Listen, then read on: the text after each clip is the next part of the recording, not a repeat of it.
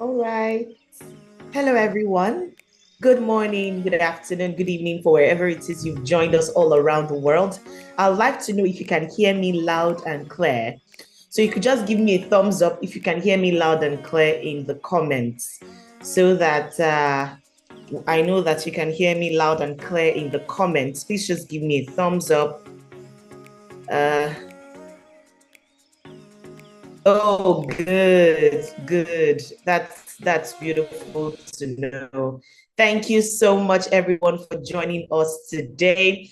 Today is a day of celebration. Today is a day of learning. Today is a day of innovation, of invention. Today is a day that we've looked forward to for the longest of times. And we're really, really grateful and excited that today has come to be.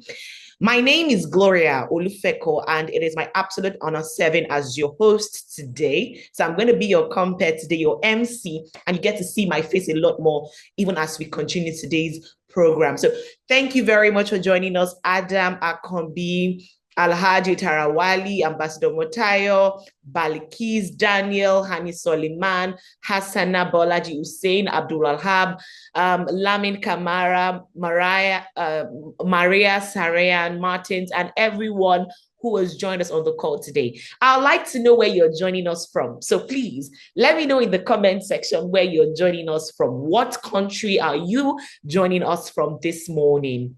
Whatever time it is where you are. All right, so let me know in the comment section what country it is you're joining us from. Oh, look at that. Hani is joining us all the way from Cairo in Egypt. Can I see more responses? I'm waiting for your responses in the comments. Freetown, Sierra Leone.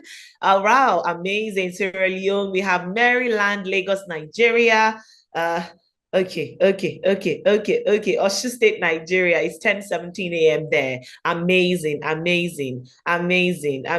Thank you so much for joining us this morning. I want to warmly welcome you to the maiden edition of the Pan-African Youth Leadership Training Program from the Gambia, Sierra Leone. Beautiful. Thank you for joining us this morning. So I'm welcoming you officially to the very first.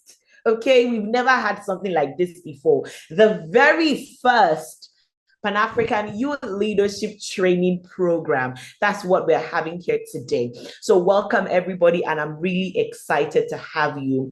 On behalf of the Pan-African Youth Leadership Foundation, I want to welcome you to this training program where we're going to be talking about leadership and everything in between. Once again, my name is Gloria. So you can call me Gloria, and I'm joining you from Lagos, Nigeria. So just a little bit more about what this training is about. I know that some people might not have all of the understanding of what this training is all about. So I'm going to let you in on what it is all about. Now, the Pan-African Youth Leadership Training Program is proudly organized by the Pan-African Youth Leadership Foundation. So you see that now the foundation is organizing the training program. Now, this leadership training program focuses on building strategic leadership across our continent, Africa. And how do we do this? We develop exemplary leaders representing all spheres of life of the society. So from finance to media and comms, marketing, real estate, whatever it is, whatever industry it is you represent, this leadership program is aimed at developing exemplary leaders. All right. Now, the Pan-African Youth Leadership Foundation recognizes that in order to achieve the most important impact or the most impact in Africa, what we need to do is develop the next generation of leaders. And that must be our highest priority. That must be at the core of what we do if we're saying that we want to have impact in our continent, Africa. Now, we created this program because we understand that service is important, integrity is important, self-awareness, and all of these are fundamental to great leadership. You cannot be a great leader if you do not serve properly, if you do not have integrity, if you're not self-aware of what you carry, you cannot be a great leader. You need to seek to navigate the complexities and challenges of African leadership, because trust me, it is not easy to be an African leader, most especially to take the center stage and take the global stage. It's not easy. So this program presents all of you on this call this morning with the African perspective required of you as an African future leader. So I've been able to establish why we're having this leadership training. And to not just everybody joining us on Zoom, I understand we are also streaming live on Facebook. So to everybody joining us on Facebook, thank you so much for joining us this morning. Now, just a little bit more about the foundation. I've laid a precedent about the training, right? Now I'm letting you in on those that have brought you this training, because behind every good thing, there's somebody. There's an organization, there's somebody fueling the idea. So who are those fueling the idea behind this training? It's called the Pan-African Youth Leadership Foundation, for short, PAYLEF. PAYLEF for short. Now, PAYLEF is a dynamic and visionary organization. It was established in May 2018, and it's an all-inclusive leading African youth organization that represents and safeguards millions of youths and their aspirations in Africa. So when you talk about youths, African youths, and their aspirations and their dreams, their goals, you see PAYLEF at the forefront. You see that now. They were founded on the principles of integrity, of innovation, of inclusivity. All they were striving to do is to ignite a transformative impact in Africa as a continent. That's all that we are striving to do with our foundation. Now, this program has already established three major segments in this program. Number one is the fellowship program. Number two is the associate program. And number three is the leadership school. So this training program is divided into three segments: the fellowship, associate, and the leadership school. So this is the very first training. And even as the year goes on, we'll continue to reel out more training. So once again, on behalf of the organizers and the entire team at PAYLEF, I want to officially welcome you to the maiden edition of the Pan-African Youth Leadership Training Program 1.0. It was a physical event. I will have asked you to give yourselves a round of applause. So give yourselves a round of applause in the comment section. I want to see you, your energy, your strength, how excited it is you are in the comment section. Please give yourselves a virtual round of applause, in the comment section. Everybody keep it coming, keep it coming. I want this life to be as active, as energetic as possible. Keep it coming. Come on. Keep it coming. Thank you so much for joining us this morning. My heart is so full of joy. And on behalf of PAYLEF, I want to say welcome, everybody. We're not going to waste any more time anymore. We're going straight into the reason why we're all gathered here today. At this juncture, ladies and gentlemen, I'll be bringing up for the welcome address the visionary, all right, the how will I call it now? The person championing this cause, the founder. I would like to bring him up to just say a word or two at this moment, so that it can also channel us into the right direction and place our focus on what really matters. So ladies and gentlemen, at this juncture, I'd like to invite the founder and the executive director of the Pan-African Youth Leadership Foundation for a brief welcome address. Please, ladies and gentlemen, make welcome the one and the only Salako Adebowale. Please, a round of applause for him in the comment section. Good morning, Wale. Morning, Gloria. Thank you very much to have you once again with us. Good morning, everybody from Nigeria, wherever you are. Let me thank to God for granting us the opportunity edition of. I am delighted to work. The program is one of many aimed at empowering young all sectors. As part of the foundation, firmly believe that we are honored to have exemplary individuals, young individuals who have excelled in their various leadership strategies, opportunities, and essential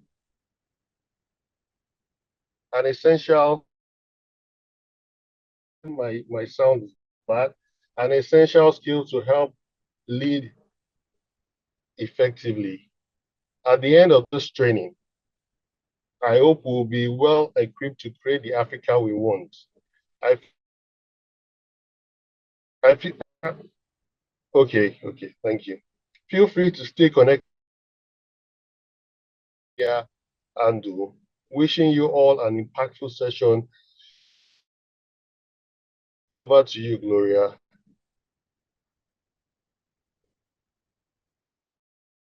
All right. Thank you so much for that very short and succinctly delivered welcome address. So what we are looking forward to is getting the Africa that we want. I mean, I saw someone all the way from California joining us. It's 3 a.m. in California, and you decided to be here this morning in Nigeria, right? So thank you so much, because all of us, I mean, it's the entire energy, it's the zeal, the power, the will that we carry to get the Africa that we want that has brought us all here today. I mean, if we do not seek for the Africa that we want, then we wouldn't leave our beds, our comfort zones to gather this morning on a call to discuss the Africa that we want. Thank you, Alhaji Tarawali, joining us from all the way. Okay, you're a Sierra Leonean. Oh, amazing. Amazing. Thank you so much for joining us this morning. All right, all our speakers are ready. Our speakers are here with their energy, with their wealth of knowledge, out of experience and deep wisdom. So they're going to be sharing with us this morning, and they're fully ready for us. All our speakers are seasoned professionals, I must mention that, and they're from diverse sectors all across every industry that you can think of. Okay, that's they carry that power. They know what they're saying. All right, so they have distinct leadership skills to bring us tips that we need to emerge as leaders in Africa. So our very first guest for today will be speaking on harnessing technology for innovation and growth. How can we use technology to foster innovation and growth in Africa as a continent? You see that now. That's what he's going to be talking about in this very segment, because we understand that technology is literally the life. The world has become a global village. I mean, I'm here in Nigeria and somebody over there in California is watching me speak, which means by extension that I am also in California as we speak, right? Because there's somebody in California, in Sierra Leone, in Cairo, watching me as we speak because of technology. So how can we use the power of technology to foster, to push innovation and growth? That's what our first speaker is going to be talking about. So ladies and gentlemen, please make welcome the regional head, GCC and Africa, PayTabs Egypt, Hani Soliman. Please, a virtual, you're the best audience in the world. So I want your round of applause to come in. A round of applause. Hello, Hani. We can't see you. We can you see me now? Okay, all right.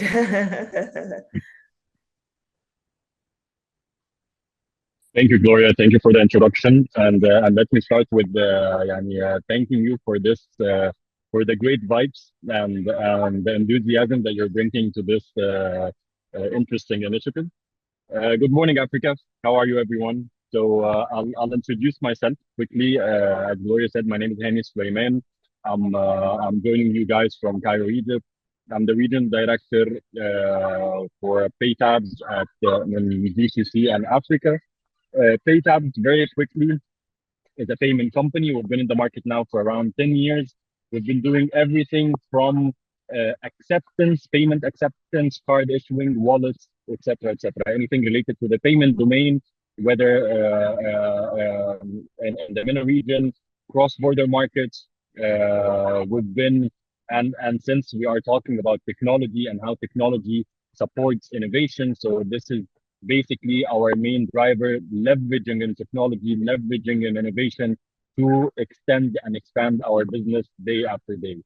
So first of all, I just want to thank Pan Africa Youth Leadership Foundation for inviting me to be part of this. And since we're talking about innovation and technology, so I'm going to walk you through this interesting topic from the financial technology perspective.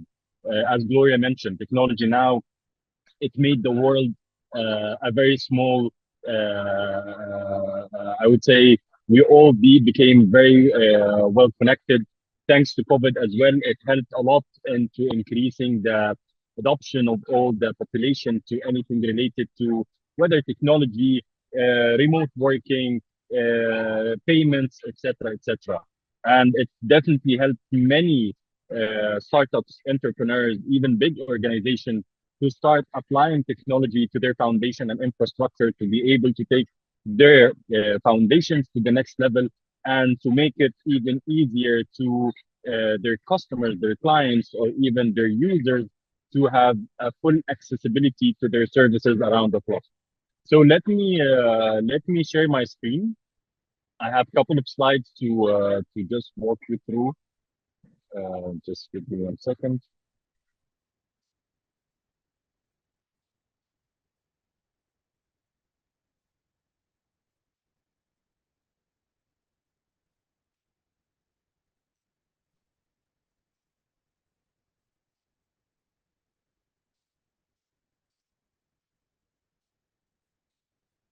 Let me know if you can see my screen now.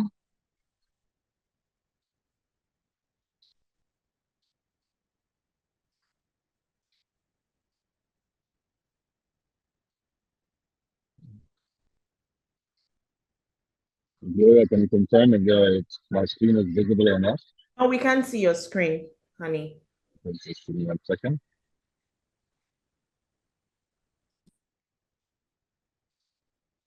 Yes, there we now? can see your screen now. Perfect. Yeah.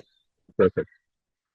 So basically, I'll just walk you through a few points related to financial technology. So what is financial technology and how technology came to support serving the unbanked population across all the continents, across all the regions.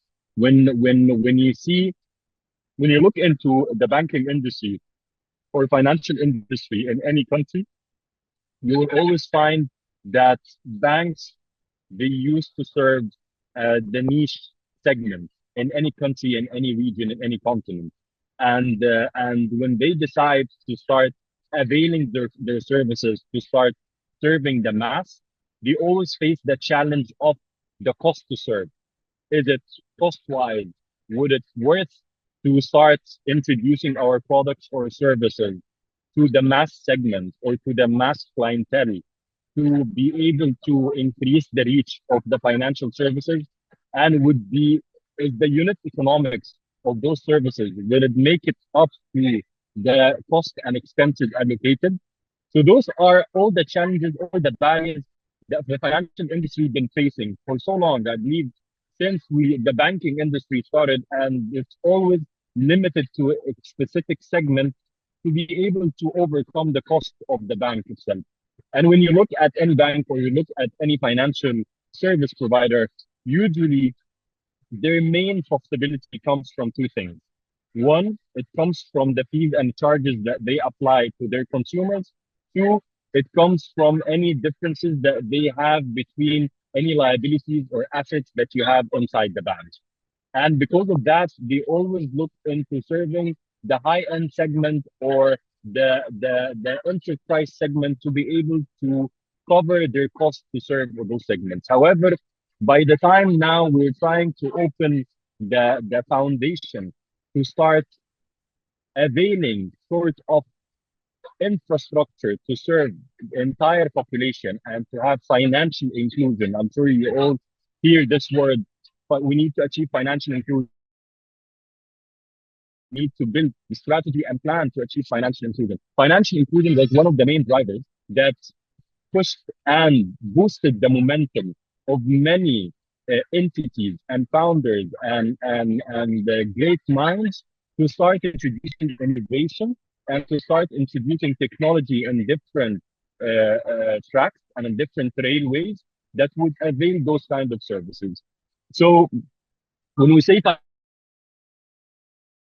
technology, we usually say that it's or fintech, it's the use of new and disruptive technology in the financial service. And fintech is not, maybe it's a new trendy word nowadays, but we've been using fintech services since long time. If we talk about ATM, for example, it's a fintech solution. If you talk about point of sale that you see across all the merchants and kiosks and service providers, it's a fintech solution. When you talk about cards, the payment methods that you're using, whether cards, wallets, or even if you're talking about any mobile banking or any channel serving banking clientele and unbanked clientele, all of these are fintech solutions. However, now because the this kind of know-how started to move from only people within the financial industry into the tech talents and the techies who started to take this kind of domain,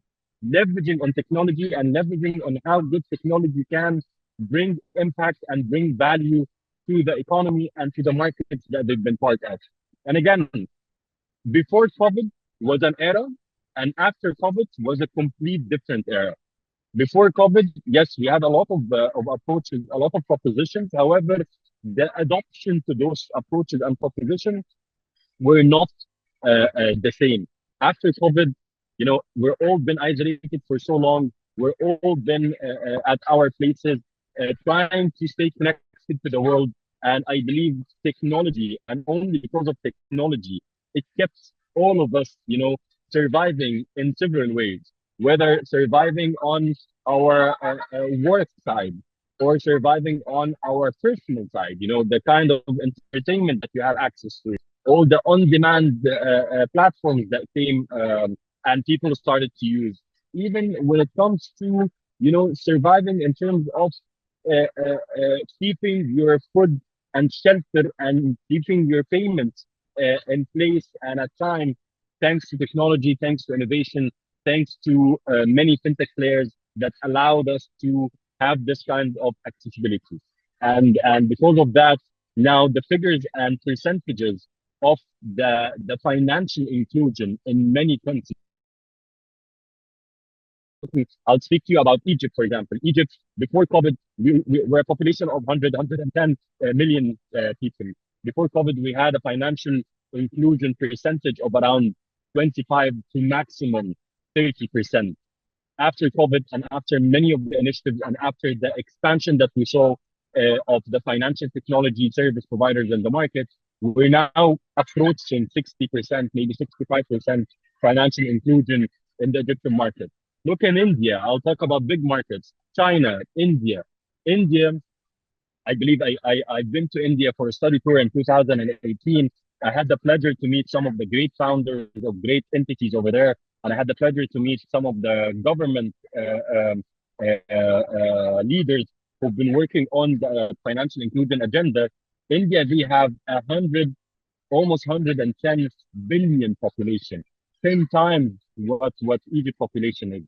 And they've been working on a plan to achieve financial inclusion. As we speak right now, India, they have 85% financially included in their ecosystem, in their infrastructure, not because of the push, not because of having it as a mandate, not because of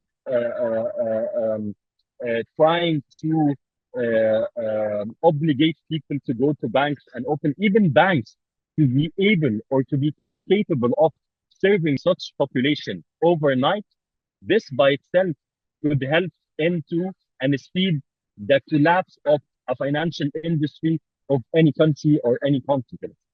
So because of technology, because of the Indian stack, because of the standardization of the identification that they created, because of linking those identification to many other aspects, whether biometrics, your account, your mobile number, you have several authentication methods, you have unique identifier. It helps the country to bring people on board and to allow them to start having account, whether it's a bank account, it's a wallet account, it's a prepaid card, but it keeps you connected to the ecosystem and the financial industry. And because of that, in 10 years, India succeeded to have an achievement of 85% financially included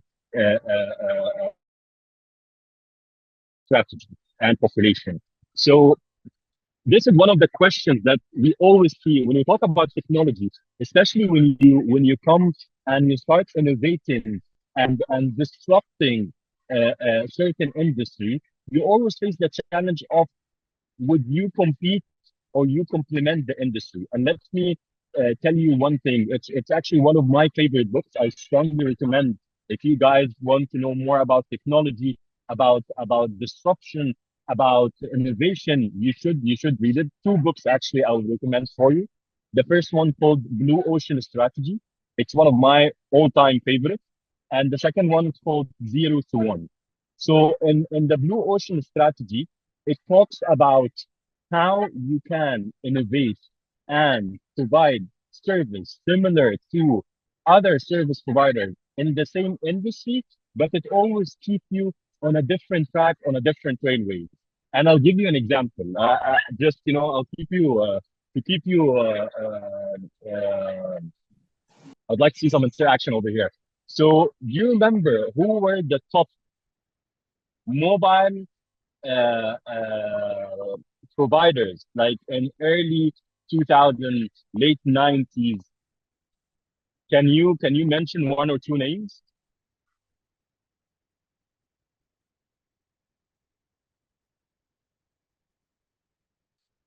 Anyone used mobile before Apple, before Samsung? What do we used to have?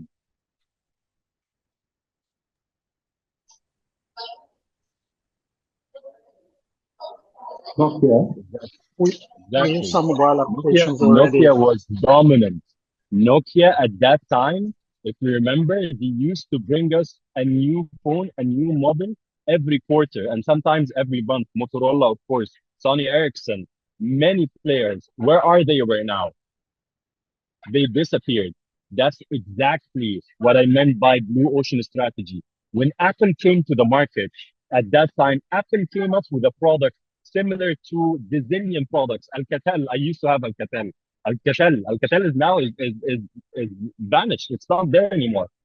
So Apple came with a product similar to many products were in the market. It's a mobile device. It will help you to be in touch with and connected with your key people, family, friends, work, etc., etc. However, they came and they decided to create the product with a different proposition, with a different USPs, with a very innovative use. I call it the user experience and user interface. And all of a sudden, Apple created the blue ocean to itself. So it's moved all the clients from, and they started to migrate from all the models and brands we just mentioned, and everyone decided to move to Apple. And then now we're seeing a new red ocean created between Apple, Samsung, all the Android mobile providers. And very soon you'll start seeing one of them, or maybe someone, out of the blue, started to create a new blue ocean, and you start to see a new technology coming. We're seeing AI now everywhere. I don't know how our phones will look like, in a year, a couple of years, or 5 years from now. So this is exactly what I'm talking about. This is technology. This is innovation. This is how you disrupt, communities, markets on a positive way, and you bring impact back to the economy as well. So back to the question that I was saying, banks and fintech. You know, banks and fintech, it's a question that we always ask ourselves. Are we competing? Are we complementing? Before being part of a fintech company, I used to be a banker for so long. I would say I've been in the banking industry for 12 and 13 years. Luckily enough, I used in my last 3 years at the bank, I used to head the innovation department. And to tell you one thing, it's hard to practice innovation when you're part of a big entity or a bank, because when you're part of a big entity or a bank, you need to practice innovation in a very conservative way. And once you have decided to build boundaries or ceiling for innovation, believe me, you are killing innovation. So that's why when you go and start engaging and interacting with startups or entrepreneurs or any company, any startup company in the tech, you always see how the environment and culture is more dynamic, is more entrepreneurial. It helps you to innovate because the time that you can make a decision and deployment, it's literally can take you few days to bring a product to the market, few days to bring a great campaign to the market, few days just to build a full structure to your entity that will and extend their services. So, and as I mentioned earlier, because of the cost and expenses that banks allocate to serve segments better, they decided that they want to open their walls to have promising and potential companies to come and join the bank forces to allow them to serve segments that they've never been able to serve. And this is where banks and fintechs, they come together, they collaborate together to introduce innovation and to introduce disrupting services that will help them to extend their client base and help them to serve, you know, a larger scale of customers and clients in any market they're part of.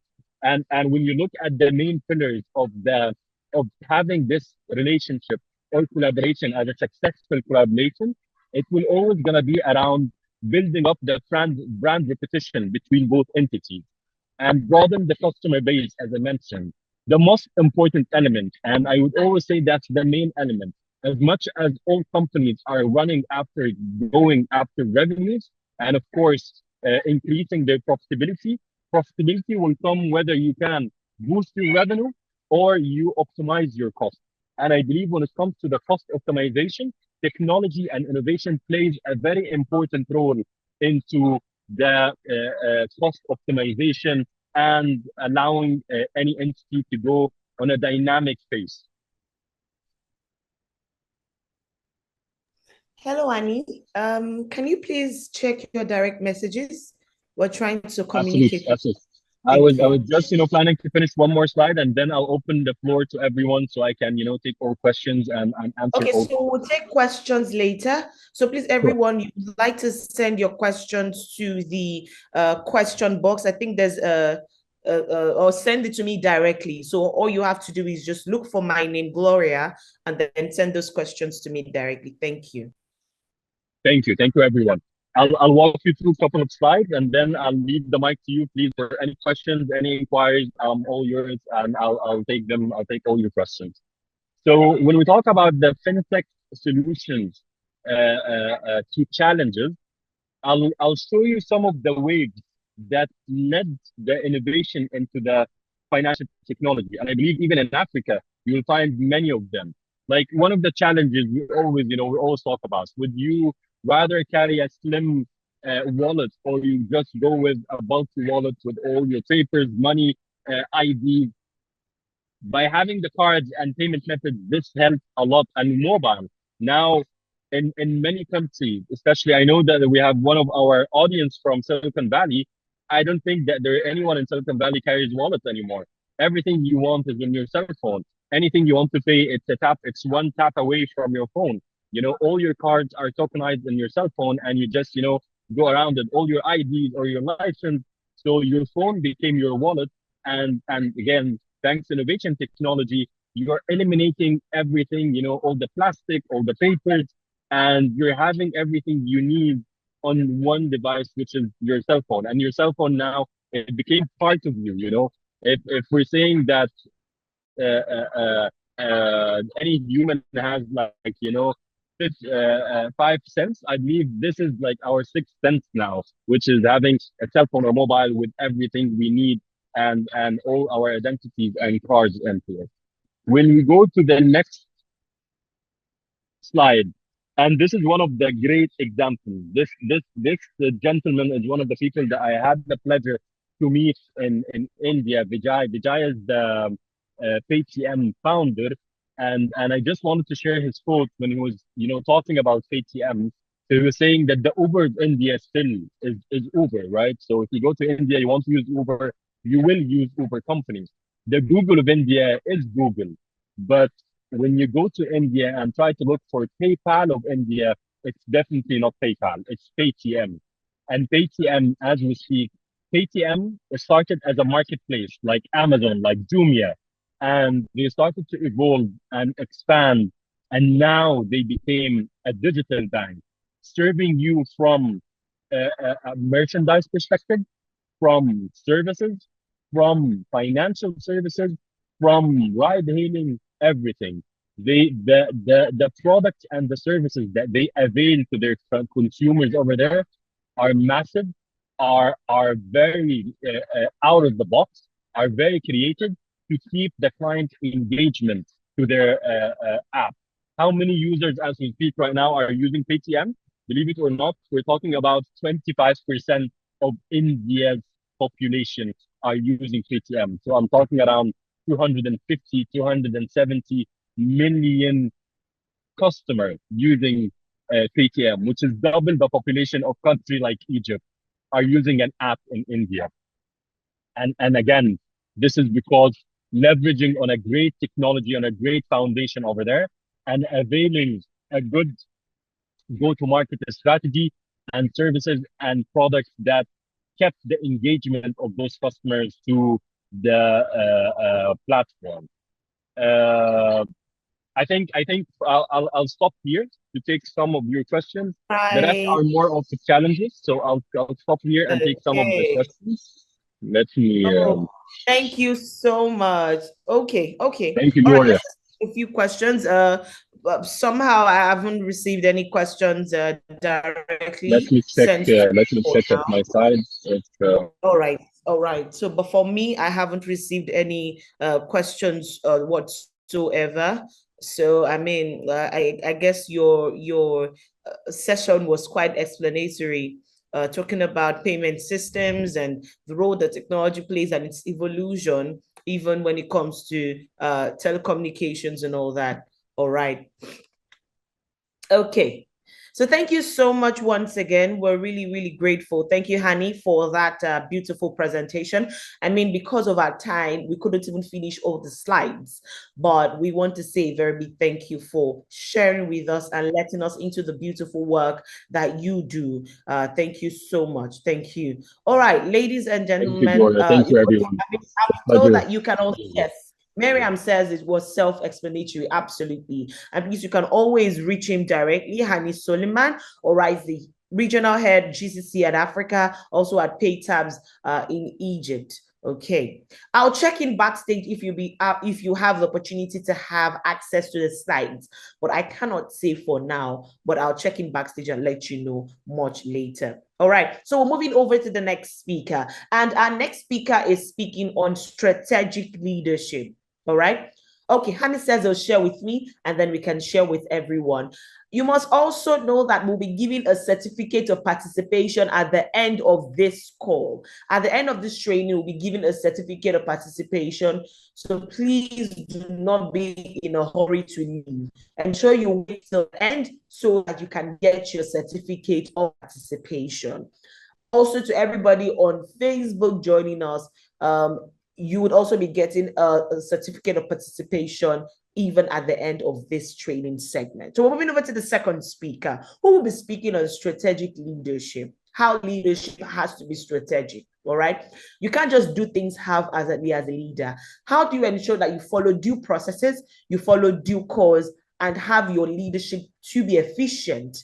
And how can you ensure that you have strategic leadership is what this next segment is about. And it gives me great delight, ladies and gentlemen, to bring up the Executive Director, CIG Motors Group here in Nigeria, Jubril Arogundade. Please, Arogundade, I beg your pardon. Jubril Arogundade, please, a round of applause for Jubril in the comment section.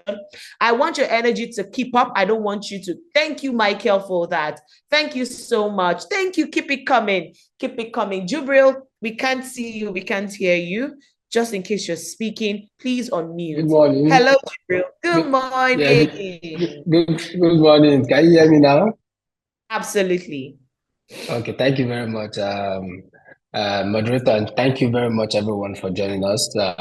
First of all, I would like to say a very big thank you to the organizers of this our program today, the Pan-African Youth Leadership Foundation, for all your amazing work. So my name is Jubril Arugundade, and I am the Executive Director of CIG Motors Group here in Nigeria. So today I will speak on the topic. If you permit me to share just a note, I won't call it a slide, just a note, so that I can go through some interesting topic discussion on what we are here for.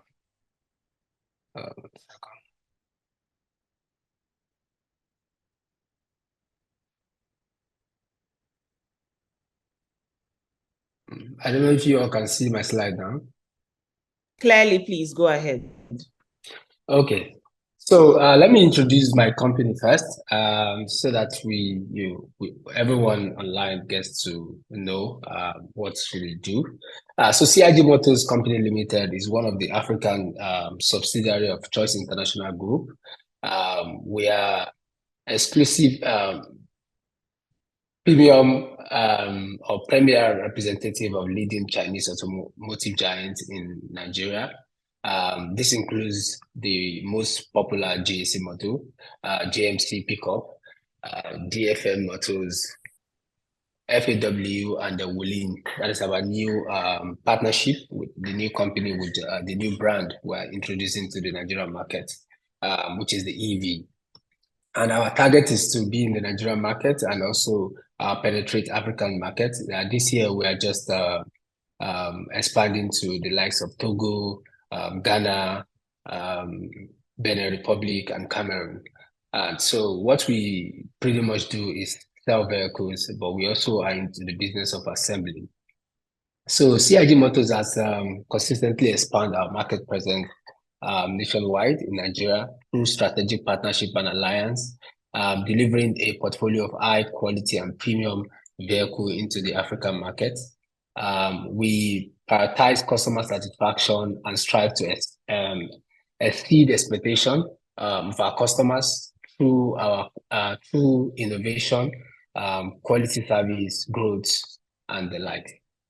So for us, it's important that we comply with the automotive and automobile industry procedures in Nigeria by going into assembly. So in 2021, we have a full knockdown plant in Lagos in partnership with Lagos State government, where every GAC car that is sold in Nigeria is now assembled in Nigeria. So I joined this company 6 years ago. I joined the company 6 years ago as the head and the lead for the sales and marketing team. And I will tell you all today that when I joined the company, the revenue of the company was about 7 billion naira. As at the end of 2023, we're already a 100 billion naira business. That's what we have grown to become. And in 2024, we are aiming a tenfold increase. So we're targeting to become a 1 trillion naira company in Nigeria. Our success is driven by our go to conquer strategy, which is a mission deeply embedded in our core. And our determination is to dominate the Nigeria automobile industry and become the market leader. So why do I have to share this with you first before we go into the topic of today? It is very important for every leader, either in corporate, either in your personal life, your social life, or your work life. For you to be a strategic leader, you must have some guideline. Just like the war strategy is, it's like going into a war. When the military is about to go to war, they don't just pick an enemy and they just go to war. They take their time to study the enemy. They take their time to study the battleground and take their time to study the technology and equipment that the enemies also have. So that by the time you design their strategy to go to war, they have a well thought through strategy that will give them results. So strategic leadership is a multifaceted approach that involves guiding an organization towards long-term success by setting a very clear vision, making informed decisions, and fostering an environment that supports strategic initiatives. So effective strategy leaders adapt, navigating complex and uncertain environments. So if you are a strategic leader, even when there is crisis in dollar and everything is rising up and the buying power is getting low in the country, especially I'm using Nigeria as a case study now.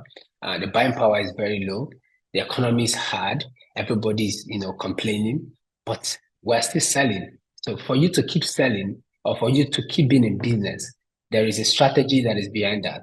It's about understanding the environment and modifying your strategies also using PDCA, which is your plan. You check and you take an action using PDCA strategy to be able to understand what's going on, if your plan is working or not, do a periodic check, and then be able to re-strategize again. So let me talk about the key components of strategic leader. The first is vision and planning. A strategic leader must be somebody that has a vision.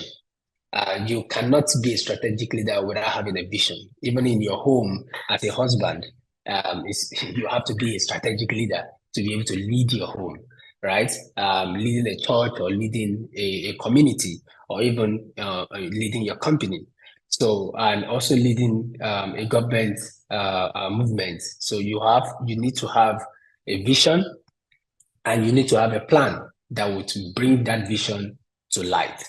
So it's very important that vision is the first thing, and your vision must be bigger than just a dream. It has to be very big to be able to get to where you're going. It's like saying you want to get to 10 and you are thinking 1. So if you want to get to 10, you have to think 100, so that by the time you get 10, you know that you still have a long way to go. So your vision and your planning needs to be very well thought about. The second item there is the decision making and adaptability, which means that your decision making goals, your decision making mindset, your decision making efforts must be very clear. You must be able to make decisions, and those decisions should bring results. So sometimes not every decision that gives a positive result at the end of the day, but you must also know how to use every decision-making process to create lessons and be able to re-strategize or strategize when it is required.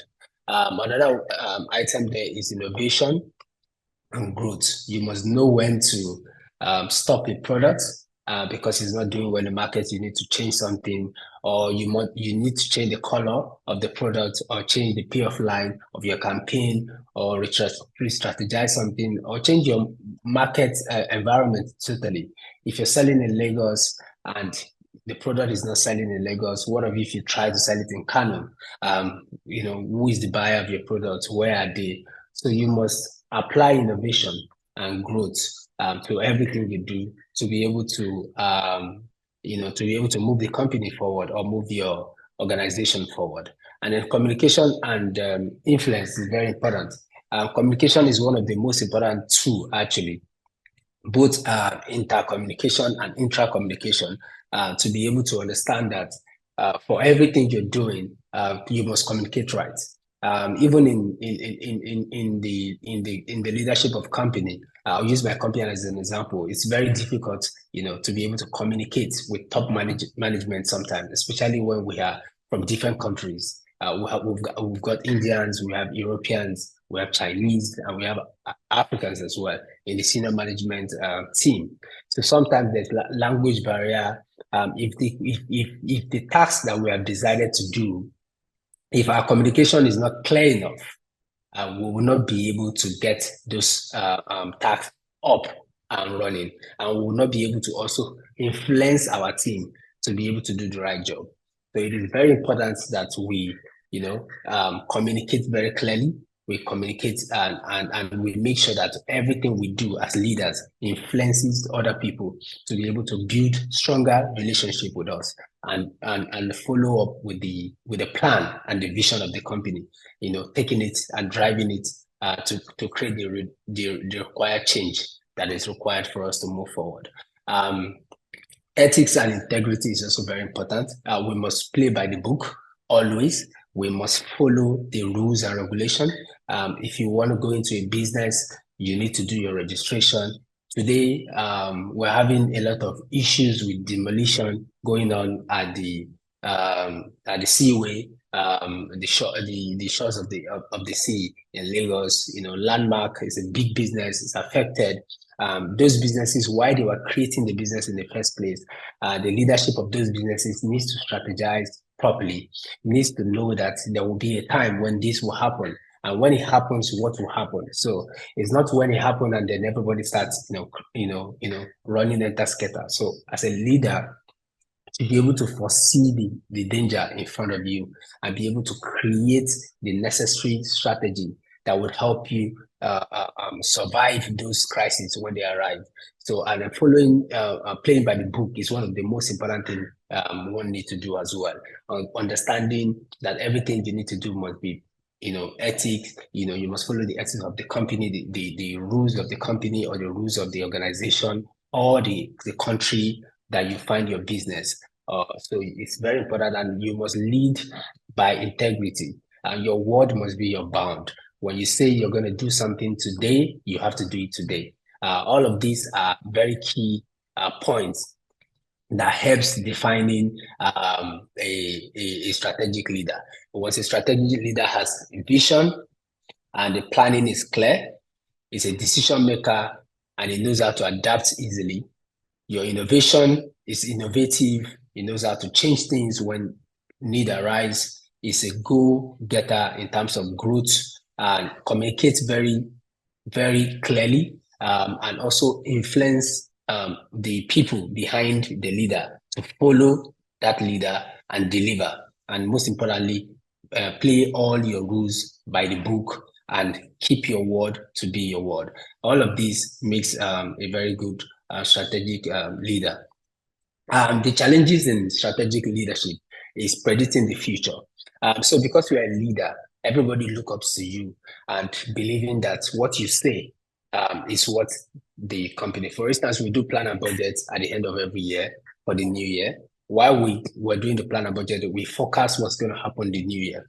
But sometimes when we do those plans, there are some component of that plan that is not relying on the company, right? It's not relying on what we do. It's relying on maybe the economy, the government policies, or even natural disaster, right? So one as a leader must be able to predict future.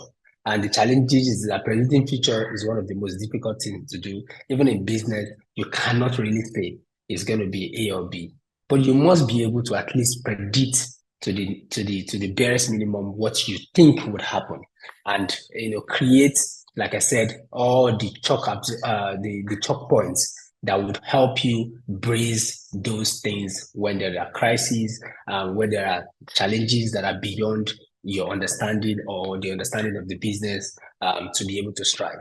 And the second is resource allocation. So allocating resource effectively while managing risks is a delicate balance. So leaders must ensure that their strategy plan are visible within the organization, financial and operational constraint. So sometimes, as a company, like I just mentioned to you, we have said we want to do X10 this year. When we say X10, that means that we need to increase our operational ability. Also by X10, we need to also increase our investment. So it's not possible to say I want to make X10 growth without having more operational functionalities or having more people to do that job. You cannot use 2 people to raise 100 million and use that same 2 people to raise 1 trillion. So what you need to do is you need to expand, you need to do a lot of work.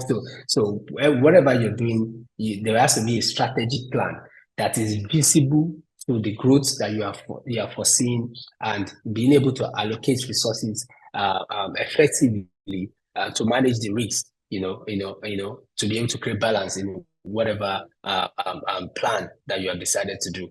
And maintaining flexibility, like I said in the beginning about innovation, is very important.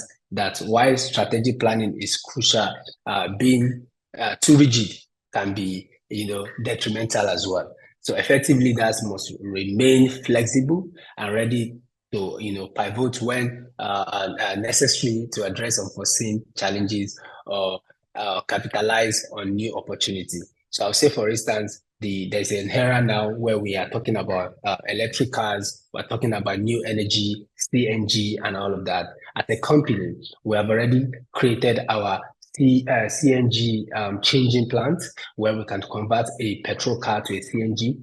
We have also imported the electric cars, and we are the first company in Nigeria to commercialize the sales of electric car. So we are already foreseeing the body language of the society, the economy, the government, and we are saying, okay, we need to be flexible. We cannot say, oh, we'll just keep doing our petrol business. The petrol cars can become obsolete almost immediately if the government decides to create a policy that gives that industry an issue. So, maintaining flexibility is very important. Always know when to change your strategy. Always know when to change your plan. Always know when to change your products, your branding, your marketing, everything. It's also very important. So let me speak about two examples of very good leaders in the world that are strategic, and their strategy has made them very popular in the world. The first person is Jacinda Ardern, which is the Prime Minister of New Zealand. She, demonstrated strategic leadership by swiftly responding to the crisis, such as the COVID-19 pandemic and the Christchurch terrorist attack. So, a decisive action and clear communication helped mitigate this crisis effectively. So I'm not talking about just company leadership. I'm not talking about just your society now. I'm talking about even politics. As a leader, a political leader needs to be very strategic to be able to, because the word, the communication, what the leader is saying. If our presidents come on TV today and say dollar is $1. Immediately the person says dollar is $1. So automatically, you find out that even if it is not reality, because the leader said that, there will be a chaos in the economy, and everybody will start running a tasketa. Where is the $1? Where is the $1 to $1, whatever? So, but the word of the leader is very important. What the leader says is, when the president of Nigeria said subsidy is gone, even when we know that there's a subsidy in the country is in chaos already because of that. So it's very important that leaders communicate effectively, they communicate clearly, and they make sure that their communication is in line to be able to help their strategy, they plan to lead. The second example is the founder of Amazon, Bezos. Exemplified strategic leadership through his long-term vision and focus on customer-centric innovation.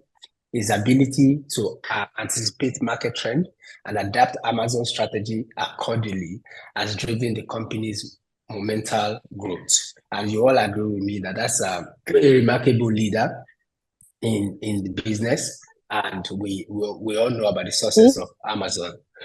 So in conclusion, the strategic leadership is about more. It's more about just setting goals. It's about creating a sustainable path towards a complex and rapidly changing world by bending visions, adaptability, ethical practice, and effective communication. Especially strategic leaders can steer their organization towards enduring success. So what I'm saying here is that for a strategic leader to be a leader to follow, to be a leader that has influence, and a leader that people follow, you must make sure that as you lead, you are very abreast with the rapid change of the world. The first speaker spoke about AI, And we all know the effect of artificial intelligence today in the workspace and how it's changing our people. You have a workforce that are very young, the Gen Zs,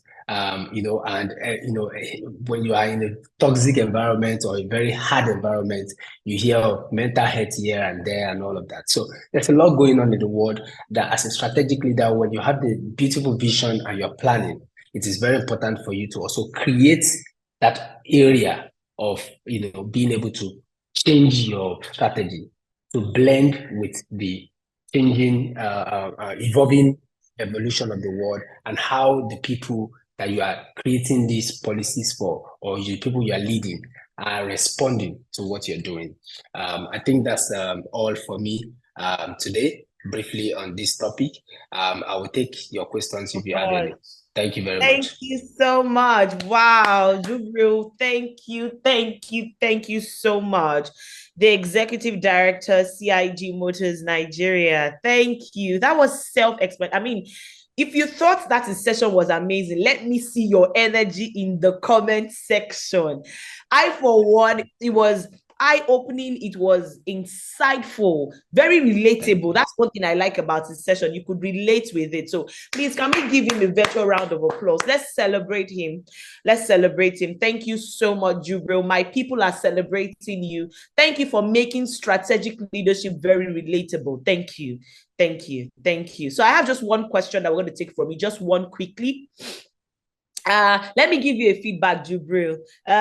Ojo Michael says, your session is a very strong one, and he has been able to deliberately justify, you have been able to deliberately justify the topic. You make sure every participant understand your point by expatiating more. It's a session that he doesn't wish to miss, and is grateful he didn't miss your session. Thank you so much. Thank you. Thank you. Well done. All right, Jubril, one question for you quickly before I let you go. What is the space of a backup plan? What is the space of a backup plan when making decisions as a leader in an organization? Where does a backup plan come in when you're making decisions as a leader in an organization? Quickly help us answer that question, please. Thank you very much, moderator, for that. I think creating a backup plan is a no-brainer for every strategic plan that one have. First of all, I would say that no matter how excited you are in the point of creating a plan, in the beginning, you must have 3 plans, minimum 3 plans from the get-go. So there's no one plan to any organization. There's no one plan to success. So you have to have 3 plans from the first point of creating that plan. So you call them the low. You can call it the low, the mid, and the high plan. Now, the low plan is a plan that you can reach with your finger. It means already your existing structure can achieve that. And you can scale up not more than 15 to 20% of that plan. Your mid plan is an ambitious plan. It's a plan that takes you up to maybe another 50%, all right, from where you're coming from. And for that to happen, you need to have other components. Like I said, you need to have other backup strategy that will make that work. And then your high plan is the ambitious one, the most ambitious one. The plan that if it happens, you've outdone yourself, as they say, and you are really going to create a milestone for your organization, for yourself, and for what you do. So I think it's very important that from the beginning, creating a backup plan, it means that you need to have 3 plans. Make your high plan, your target, and then have the other 2 plans. So you have something to fall back to, just in case. I'll give an example. When we started the factory, we had a plan that we would do SKD2 in Nigeria for those that are into manufacturing. In SKD2, the policy states that it is 1 to 1. So 1 CBU importation to 1 assembly. For that, we already know that policy does not support the final cost of our product, and it's going to affect how we, penetrate the market in terms of profitability of the business and all of that. So we need to have a backup plan. The backup plan is that if after a while We try that plan and it's not working. Then we go to another plan. So our backup plan is that we will now invest more, get to KD1, which is what we're doing now, which gives us more opportunity to benefit from the automotive policy of the government, and then be able to scale up and be profitable at the end of the day. So like I said, just to run that question or the reply for the question of, it's very important for you to have more than one plan from the beginning. Thank you. Thank you so much, Jubril. I'm so sorry we wouldn't be able to take any more questions, but we'll see how the slides can definitely get to you. 4-day Malike Sheriff is saying that he's going to appreciate if we can help him get access to the PDF of this presentation.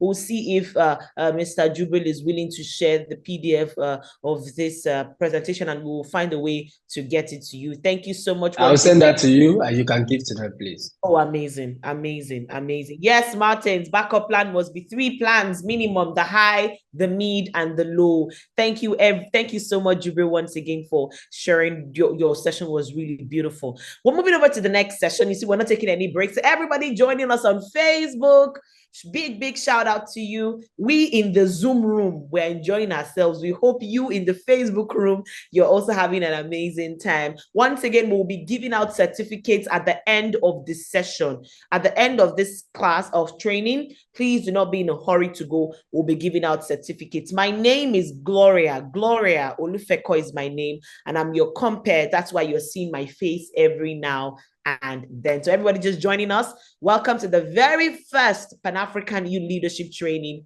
Program.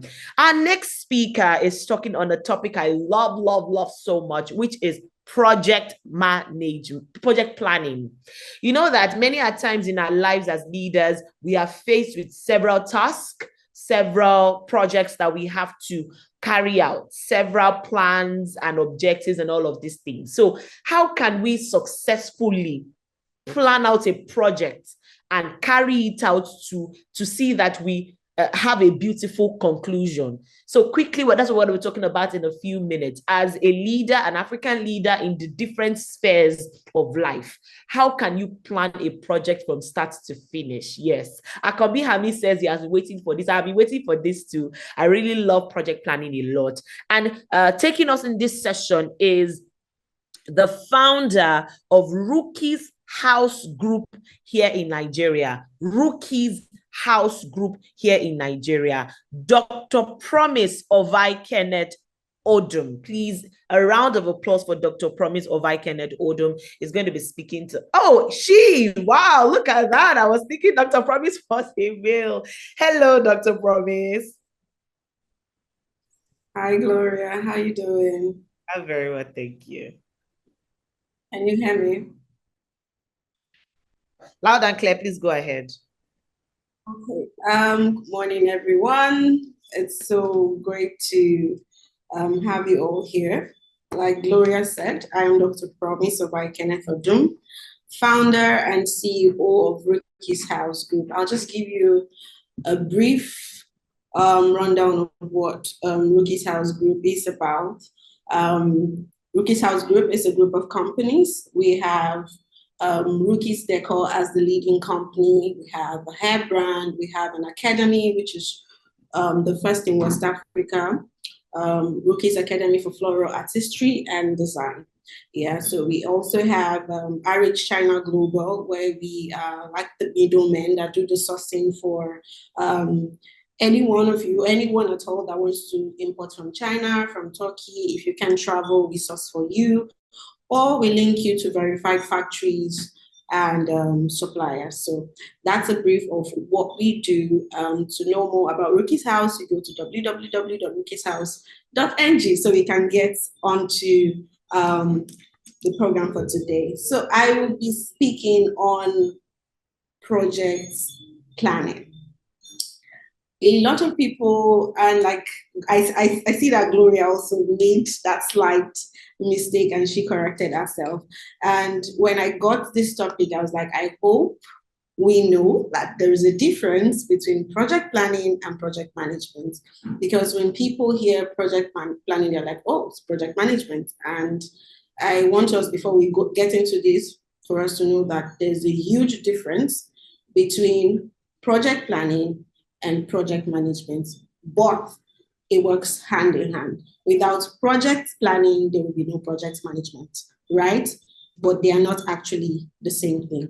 So I'm sorry you won't be getting a slide because I had a long week and I could not put up my slide, and my assistant was also very busy. So I'll try as much as possible to be detailed in what we are doing today. And please do well with your notes and pens.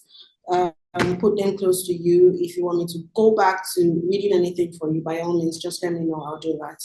So I would want us to get, I put up a definition of what project planning is, and I'm going to read it out for you. Project planning is a process of defining the scope. Please look at the keywords I'll be putting out. Project planning is a process of defining the scope, objectives, and tasks required to complete a project successfully. Underline and put emphasis on successfully. You can do project planning, but would it be successful? So you can only say you have done project planning if that project comes out successful. It involves identifying resources, establishing timelines, setting milestones, and creating strategies to manage risk constraints. Effective project planning ensures that all stakeholders understand their roles and responsibilities, facilitates communication and collaboration, and enables the project team to meet its goals effectively and within the budget. So you can see those pointers I've put out there. For you to plan a project effectively, you should be able to know timelines, you should be able to know the stakeholders that are involved in this project, you should be able to set out goals, you should be able to know the scope of the project. The scope of the project is like the brief of the project. What am I doing? What are we doing here? What are we doing there? Who is coming on board? Who is doing this and who is doing that? Project planning applies to all sectors of businesses, organization, and whatever the case is. You must always, even in life, you must always plan.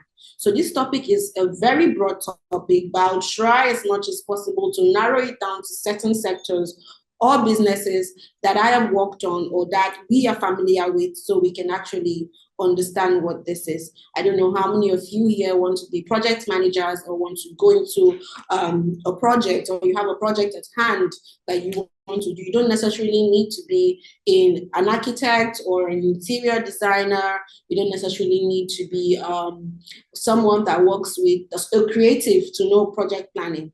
If you are, let's say you work with, or you want to have an NGO, you need to know more on project planning. Do you get? So how do you go to whatever bodies you want to send your proposals to? How do you go to meet them? You can't go to meet them without planning effectively, right? Whatever thing you set out to do, whatever goal you set out to do, you must plan for it. If you don't plan, then you fail. Right? If you fail to plan, you plan to fail. So this is a very, very important topic. I'll try my best to hit on the key pointers I've written down. Again, I'm sorry I can't share my screen because the slides we put up was nothing to write home about. It's so scattered. So let's go into it. Now I want to hit the key components of project planning. One, you have to set clear goals and objectives, and that's where people get it wrong, right? Okay, let me give an instance. What do we want to do? Let me use interior design and floral artistry as an example before I can apply it to any other sector. So someone comes and say, oh, I am the Commissioner of Tourism and I want to have a jungle setting. A jungle setting where people from all over the world is going to come in and see different kinds of animals, see greenery, see this, see that, see that. And you come up and say, okay, yeah, I can do it. It sounds like something I can do. But then you fail to ask sir or ma, what is the clear goal and objective of this project? Is it that you want people from all over the world to start coming to Africa or to Nigeria? Is it for you to earn revenue for the country, or for, if it's for Africa, What are the clear goals and objectives? And that's one thing people fail to do. A client call you to their office and say, I need help with this thing, I need help with this project. And because of the fact that you're excited about the money, or you're excited about putting yourself out there, you do not get to understand their clear goals and objectives. And then when you do not ask that question, when you don't start by understanding your client's clear goals and objectives, you have already failed. You have already failed. That's the truth. Because at the end of the day, you may not be able to give them what they want. You may not be able to achieve their final, what they had in their head. So clients do not want you to come to them and tell them their problem. They already know their problem. So they come to you and expect solutions, right? They want you to give them solution to their problem. And then they tell you, this is my idea. How do you birth this idea? How do you bring this idea to life? How does this become a realistic thing? For us in the interior design sector, the clients will say, sometimes the clients just come with their big dreams. I want drapes to be coming down from here. I want animals to be running from here. I want artificial flowers. It's just a lot. It's just a lot. And if you don't sit down and ask them, what is the clear goal? At the end of the day, do you want your house to be looking like a palace, or you want your home to be looking very modern or contemporary? You will miss the point. You will totally miss it. So like I was trying to say earlier, if you want to have an NGO, you want to start whatever program, whatever the case is, I'm looking for different sectors I can touch. Whatever the case is, first thing you have to do is understand the goal and objective. At the end of this project, what do we want to get? What do we want? What's the thing our clients want to see? What's the thing Nigeria, Africa, or wherever the world wants to see after we do this project? If we are raising money for a project and we tell people to contribute, what do you think people want to see at the end of the day after they have contributed for this project? If you say you're going to go to the orphanage to take care of so kids, other kids, we should be able to see at the end of the day, have you planned? Have you put measures in place to show them that, okay, this is what we collected money from you for. At the end of the day, we have actually met our goal to take 20, 50 children off the streets, to do this pageantry you're about to do. This is the proposal. At the end of the day, what do we expect to see from this pageantry? Is it that girls are just going to catwalk on stage and just go back? Or at the end of the day, these girls are going to have pet projects that will help other girls' lives? So if you don't have all of these in place, let me use a recent event, let's say AMVCA. They just concluded AMVCA. Before those that are responsible, that were given the contract to handle AMVCA even started, they asked the client, what do you want for this year's AMVCA? It is your 10th AMVCA. What are you looking at having? That is the first question you should ask, even if it's for yourself, even if it's for a personal project. Sometimes I just head out to do projects. I just wake up, I'm like, I'm very good at that. God gives me ideas. The Holy Spirit does not. Someone calls me a bucket head of ideas. I always have ideas, and that's why I'm always creating businesses, right? But sometimes I look at it, and when my partner asks me, okay, this is a brilliant idea, this is fantastic, oh my God, my bucket of ideas, how did you get this idea? Okay, at the end of the day, Promise, what do you want to achieve? And sometimes I look at it and I'm like, when they ask this question, I'll be like, I never thought about this. I never thought about it. And if you don't know your goal, your end goal, or your objectives, how do you tell people that you want to bring on board? How do you explain to them? How do they understand your vision? And that goes to other leaders in different sectors. You bring in young people to work for you, and you get mad every day. That used to be me at some point. You get mad every day that they're not giving you what you want. But you've not done proper training. You've not told them, okay, this company, this is where we want to be in 2 to 3 years' time. This is the goal of the company. When I hired people for Rocky's Decor, I noticed that sometimes they just go about the site, make certain videos, and they are excited about it. Oh, Mishuki is going to like this video. Mishuki is going to like this video. And they come, I'm like, what is this trash? And everyone is looking at me like, but this video is beautiful. But what we did is nice. They do not understand. They don't know. They don't know what you want your client to see. They don't know the goal and the objective. They don't understand what you want to gain by putting out this particular video. They just feel like, okay, we finished the job and we just took the video and that's it. For me, when I'm expecting you to come back with a detailed video of a project you've done, I want to see beauty. I want to see aesthetics. Rooties Decor is Africa's leading floral production and design company. We have set ourselves here. Why do you come with a video that is shaky? They call me a perfectionist. It's shaky. You're not showing us angles. You're not showing us the beauty. People come to us because of aesthetics. And we are here, the realm of our business, because people know that when we give out, when we come to touch your space, you will know that someone has touched your space. And the video you want us to put out does not even, it says otherwise. It says that you can as well go to Idumota Market and get anybody and they will do the same thing. The videos you took made a product that is 1.8 million naira looks like a product of 1,800 naira. And they are surprised they are not happy with the video. That is because I never gave them the clear goal and objective of what I was expecting them to do, of that project they went for. So every year I made it a point of contact to always do trainings at least 4 times in a year for all staff, both the new staff and the old staff. I even had to do a handout and a document to pass down. Even those that leave, they come back, the new people that we recruit will have a handout waiting for them. They know the SOPs, they have everything waiting for them, so they understand the vision and mission of this company. This is not just another interior company. I used to ask them, in 2 to 3 years time, what do you think we want to be, or what do you think this company wants to do, or where do you think this company wants to be? And some of them look at me like, and then we see the need for training.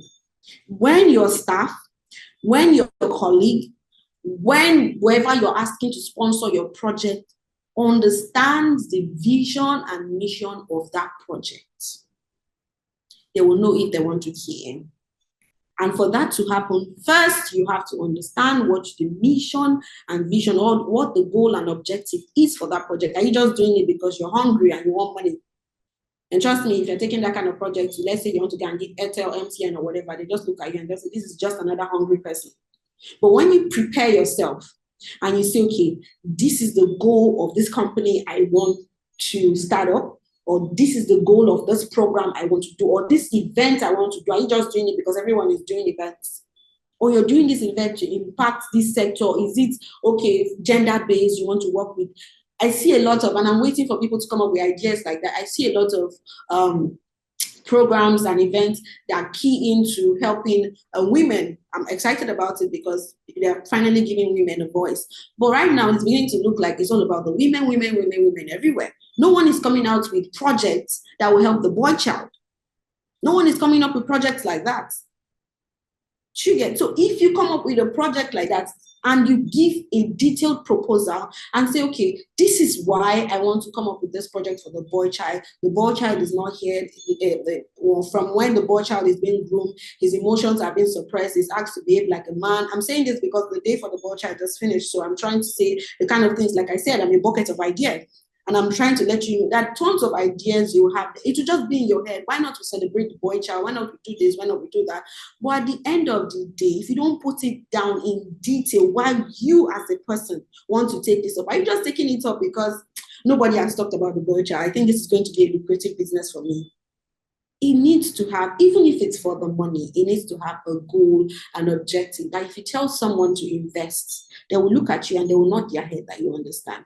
For us, sometimes when we meet certain clients and we see that they do not understand what they want, sometimes I don't take briefs or projects like that because it's going to end in chaos. Yes, because you're going to do what you feel like is what they want, and at the end of the day, they look at you like your job, your 5 years, 6 years, 10 years you spent on the job is a waste. They look at you like you don't know what you're doing. When they themselves do not know the goal and objective of whatever they wanted to do. So you don't even take up projects like that, except you find a way to extract it from the client. Sometimes they have the idea, but they cannot put it in place. And that's where you come in as a solution provider and as a project planner. Okay, let me not dwell on this. I hope I have been able to extensively explain what setting goals and objectives we do for project planning. Now, the second point, the second key component of project planning is identifying stakeholders and their roles. So you go to a company and they tell you, oh, we are about to build a 10,000 square meter plant, and in this plant we're going to have the oil ring here, we're going to have this here, we're going to have that here, and you look at the money and you're like, oh my goodness, there's so much money in this. Yes, I can do it. Yes, I can do it. Then you shot yourself in the head. You've not asked for the brief, a detailed brief, and the next thing you get into it, you get into the company, you're not asking who is who. You just feel like, yes, I'm the project planner. So anything like, you're not asking who is who. Who are the stakeholders here? Who are you? What do you do? How are you going to help with this project? Who are you? What do you do? How are you going to come into this project and help? You need to identify. It is very important. At some point in my life, because I'm a perfectionist and I want everything done, I used to do everything. Only me, project management. Only me, project supervisor. Only me, sales reps on this. Everything I want to do it because I want it to come out perfect. Right? In that case, it's overwhelming, but at least I'm the only stakeholder, maybe in that project. But there are big projects you take up that you need to know who is who. Are you the artisans on board? Are you the ones that are going to be doing this? It helps.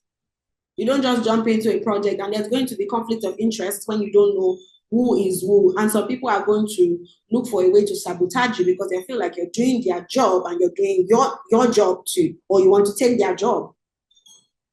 So after getting the brief, you understand the goal and objectives. What do? You have a meeting. Hi, my name is this. I am planning this project. This project is about this, is about that. I'm going to bring you on board as this, especially if you don't have stakeholders. If you're bringing in people, you have to be explicit. You have to let them know what their job description is, because sometimes we employer get angry and we start yelling and yelling, but we forget to actually know that sometimes we are the problem. We do not extensively tell people what their JD is, what their job description is. I'm bringing you on board to do this. Give a detailed, like my manager would say, in black and white, what would you be doing on this project? Or what would you be doing for my company? This is what I expect from you. Don't think, oh, he just hired an accountant. Come on, he's a professional accountant. He did ICANN, he did this, so he should know. No, every company has a standard operating procedure. You have an SOP. So in your own company, you might want your accountant to also be doing what the manager does in some aspects, in some other companies. And then when you see that the accountant is only doing what he knows how to do best, you get angry. And you're like, aren't you supposed to know that this is what you did not, in details, you did not tell them what you're expecting from them because your company is different. Maybe the accountant worked in a bank before and is coming to a company that does interior design. You expect a whole lot. Accountant now in interior design is supposed to be invested in every project that he approves payment for. If you don't tell him that, he doesn't know. He just feels like when they come and say this project is going to cost us 25,000 naira, he's going to sign off after investigating. He doesn't know he has to be invested in the process, how the money is even being spent, because the accountant is in that company to cover losses and help make profits. This is me still talking about knowing your stakeholders. If you know you go into a project and there are already existing stakeholders in that project, there are already existing staff in that project, know who is who. That will help you know their roles too. So you don't go and do some other person's job, or you don't go and yell at another person. You're going to be a very chaotic project planner when you don't know these things. And people are going to take you for a ride because please check your DM where I'm trying to communicate with you, please. Thank you. Okay.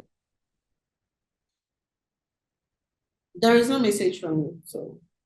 No, I mean here on Zoom. We are sending you direct messages. Okay. Well, let me check that.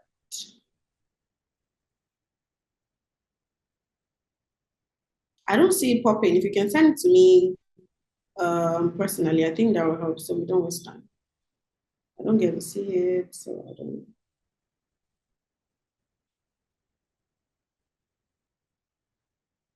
Is it possible you send it to me? Because I can't say it. We'll send it to you directly. Please continue. Please continue. We'll send it to you directly. All right. So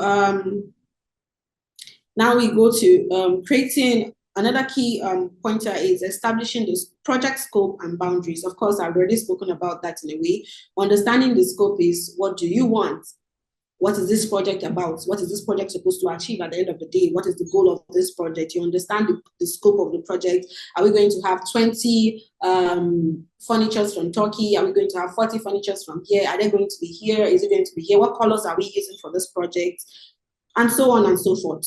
So you need to understand the scope of the project before. So if you're trying to do an NGO, if it's an NGO you're going to be doing, what's the scope of the project? What's going to be the scope of this your NGO you're going to be creating? Is it going to be an NGO based in Lagos or in Abuja, or you are going to be all over the world? Where is your office going to be? So that is the general scope of the project. So you need to understand the scope and boundaries, like I said. So you understand the scope first, and then you understand the boundaries. You don't go further than this part. You don't do this. In this project, we're not supposed to do this. In this project, you are not supposed to do this. You understand the boundaries. So you don't.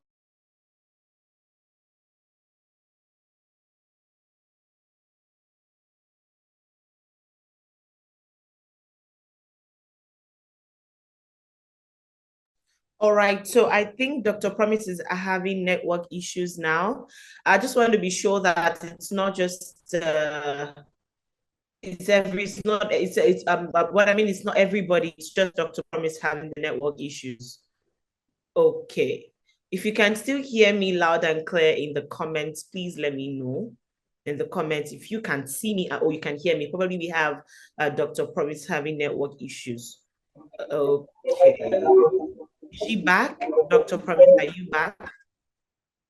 Please let's mute our mics, everyone. Please let's mute our mics, everyone.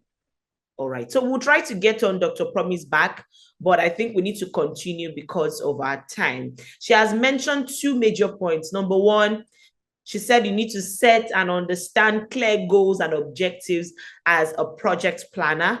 And number two, you need to meet the stakeholders involved in the entire project, letting them know what role it is they play so that they can carry out that project to the fullest. So those are the 2 points she has majorly mentioned. I think she was mentioning other points when the network tripped off. So we're going to have our third speaker now, so that we don't waste any time at all, and then we can move on there. Please, if your mic is on, please, we crave your indulgence to please help us turn off your mic and turn off your videos so that we don't have any distractions. All right. So once again, if you're just joining us, welcome to the Pan-African Youth Leadership Foundation training program right here for, okay, she's back. All right, Dr. Promise, you might want to quickly rush us through the remaining part of this because our time is really up. Yeah, that's fine. I'm so sorry. My network went off and that's because my light tripped off. Okay, so like she said, I'll just briefly run us through the other aspects so I don't waste time. I've spoken about establishing project scope and boundaries, creating a project timeline and milestone. You are a terrible project manager if you do not know when your project is supposed to start and finish, because it's going to affect time, resources, and of course, you know, time is money. So if you're a project manager and you do not know that your project is supposed to start in January to end in March, if you do not put out timelines, there's going to be a problem. Your clients are not going to be well informed. You are going to have too much pressure because you do not understand the importance of time and creating timeline and then milestones. What are going to be the milestones for this your project? You have to create them. You have to be detailed, like I said before. You should understand that there are going to be constraints in projects. So what measures do you put in place to make sure these constraints do not cost you an arm and leg or cost your client so much that they have to fire you from that project, or you have to make a loss if it's a personal project. So you have to put strategies in place. If we are doing this, if we are going to be doing this project, if someone gets hurt, what do we get to do? Or how do we even put measures in place to make sure no one gets hurt at site or no one gets hurt in the course of this project? How do we put measures in place that most of these kids that will be taken out are going to be safe without anything happening to them? How do people not take advantage of these kids that are going to be in your care in the NGO? How are you going to make sure that all the food and everything that people are bringing in gets to these children without your staff siphoning some to take them back home? So all these constraints you have to put them. I'm trying to use NGO because that's like the easiest for some people to relate. Risk management too. We cannot overemphasize on risk management. The last speaker spoke about the landmark thingy.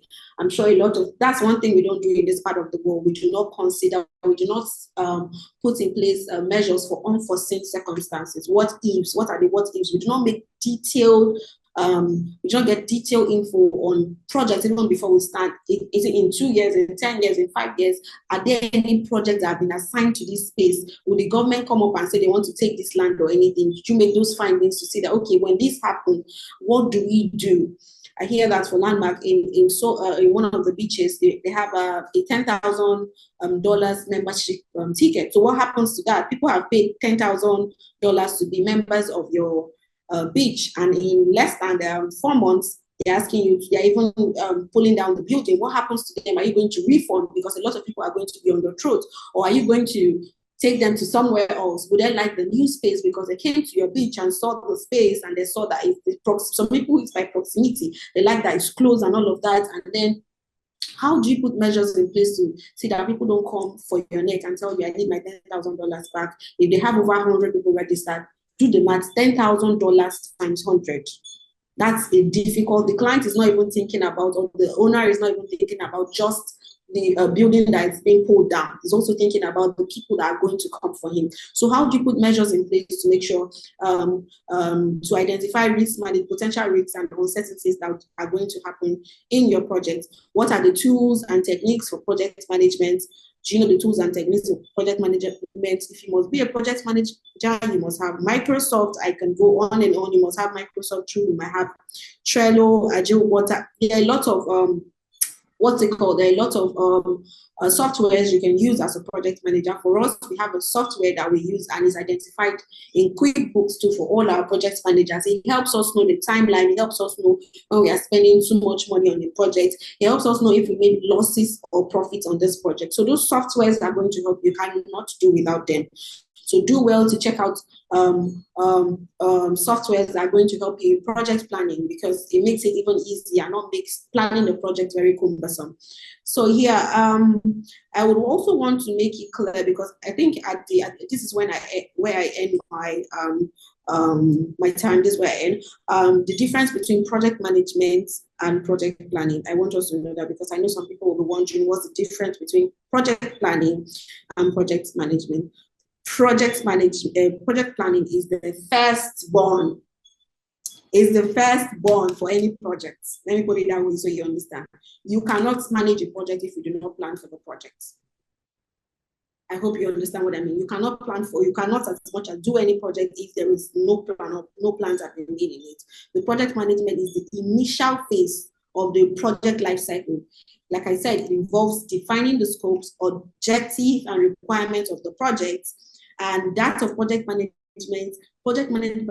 encompasses the entire project life cycle, including planning, execution, monitoring, and closure. Yes, closure inclusive. People feel like if you just finish a project, okay, that's about it. Even after closure, you have to evaluate the project. By evaluating the project, you have to sit and ask your client, did you meet the target? Did you meet your goal? Did you meet all the objectives you have for this project? Did you make losses? Did you make profits and all of that after the project? So I hope I've been able to, I'm trying so hard to rush this. I hope I've been able to make you understand the difference between project planning and project management. So if there is any question, I'm sure Gloria will direct it to me. Thank you all. Thank you so much, Dr. Promise. I mean, it's so sad that we don't have the time to just continue and keep up. But I'm very sure that little points that you've been able to share, these are points where, okay, points that will help us as project planners, all right? So set and understand clear goals and objectives. You need to meet the stakeholders involved in the project, set realistic timelines and milestones, and on and on and on like that. So all of these steps will help us as project planners to deliver a beautiful project, even not necessarily even in our own company, but probably even in other jobs that we're given, other tasks that we're given to carry out. So thank you so much, Dr. Promise, for that beautiful session. We do not have any questions. I do not think I see any questions for now. Other point is undergoing scope and boundary. Yeah, Ojo Michael Olaoluwa said another point is undergoing the scope and boundaries. Set boundaries for yourselves. It just helps you in keeping you in check when it comes to delivering on the projects in question. All right. Thank you everyone so much for staying till now. To everybody on Facebook, can she list the softwares? All right, Dr. Promise, if you can type it in the comment section, just list out the softwares that we can use as project planners that you mentioned. I think you were talking about some softwares. So please list it for us in the comment section so that we can take note of that. All right, let's move over to the next segment. There will be a certificate given out to everyone at the end of this call. So please do not be in a hurry to go. A certificate of participation will begin. I'm sure you're learning. You've been learning so far. 3 host speakers so far, and I'm very sure that it has been insightful for you wherever it is you're joining us from around Africa and the world in general. Our next session is also on strategic leadership. I mean, Jubril earlier took us on strategic leadership, and another of our speaker, one that is highly revered and I really celebrate, is also going to be taking us on strategic leadership, which, safe to say, is the overall theme of this program today. Friday says we are learning. We need the slides for the softwares needed. All right, there's no slide for the class that we just ended. We do not have any slides, and that's why we asked everyone to jot. I mean, I am the MC, I'm your host, but I'm also jotting here. You can see me writing things down here because it's not everyone that will give you a slide. So it's important for you to note things down as our speakers come here. Our next speaker is also speaking on leadership with purpose now, not strategic leadership, I beg your pardon, leadership with purpose. All right. Why are you a leader? Why do you lead people? What is the purpose of leadership? That's what we're looking at. And bringing us this session is the Chief Executive Officer and Managing Director of Deal Clinchers Realtors Limited here in Nigeria, one of Nigeria's fastest rising real estate companies and real estate consulting firms here in Nigeria. So ladies and gentlemen, please, with a warm round of applause in the comment section, a virtual round of applause, make welcome Dr. Adeyemi Adeniyi. A round of applause, please, as we have Dr. Adeniyi right now. Please, technicals, can you help us put him up on stage? Is he around? So that we can have a session. Technicals, is Dr. Adeyemi Adeniyi here?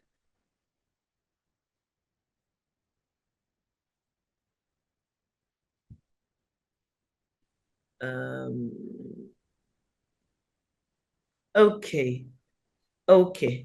I think Dr. Adeyemi Adeniyi is not here yet. Oh, he's here. It's here. Okay, sir. Good morning, sir. Yes. Good morning, man. Yes. Today, man.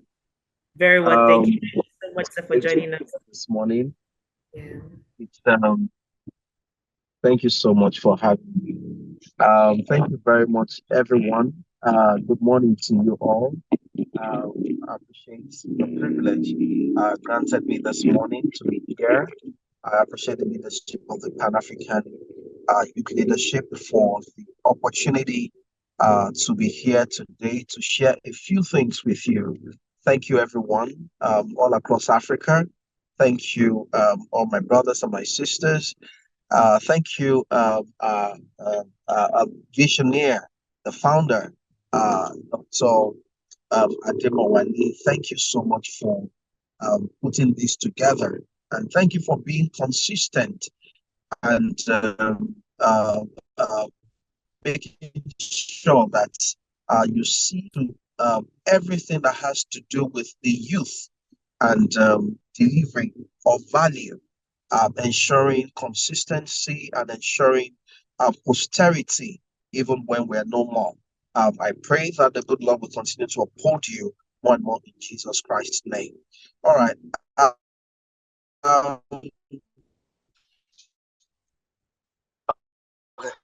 okay. Yes, yes. So all of my friends and family have met at one place or the other. One say, thank you so much for having me, Abuba Fatsi,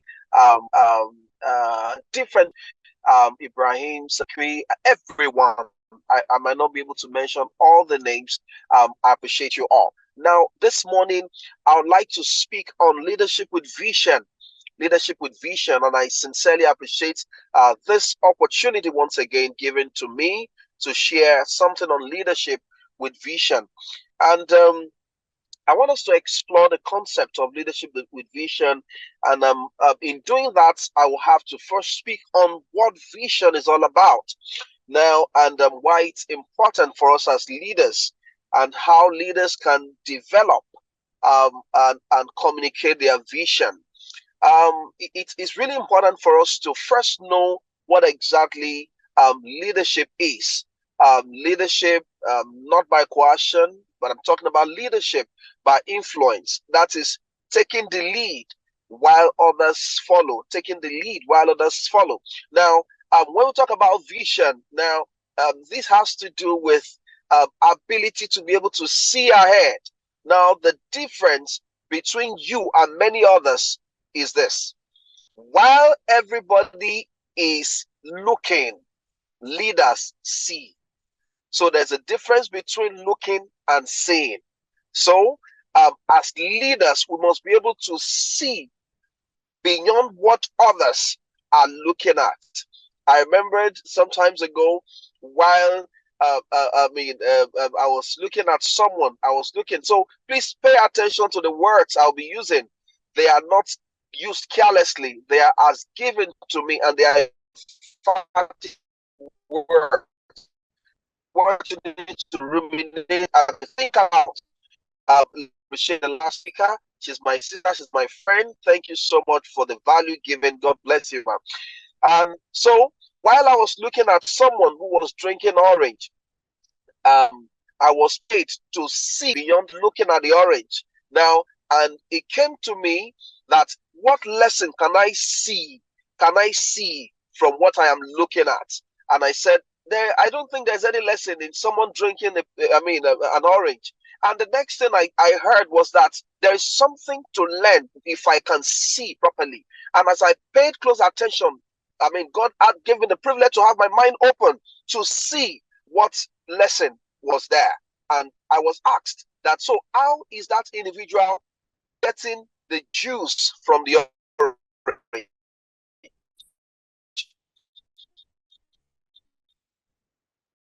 And I saw that choose, and so the lesson came forth that is how we are in life, unless that is a lesson taken from just seeing someone drinking an orange. Everybody looks around and see people drinking orange and oranges, but if you don't have your eyes open, you cannot see the.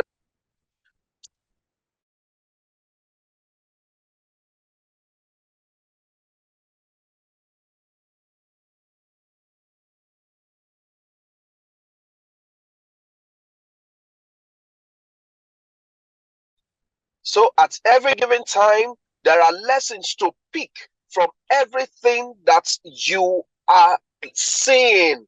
So a leader is a leader when vision. I don't know if you can hear me all. Oh, okay. Let me switch the network.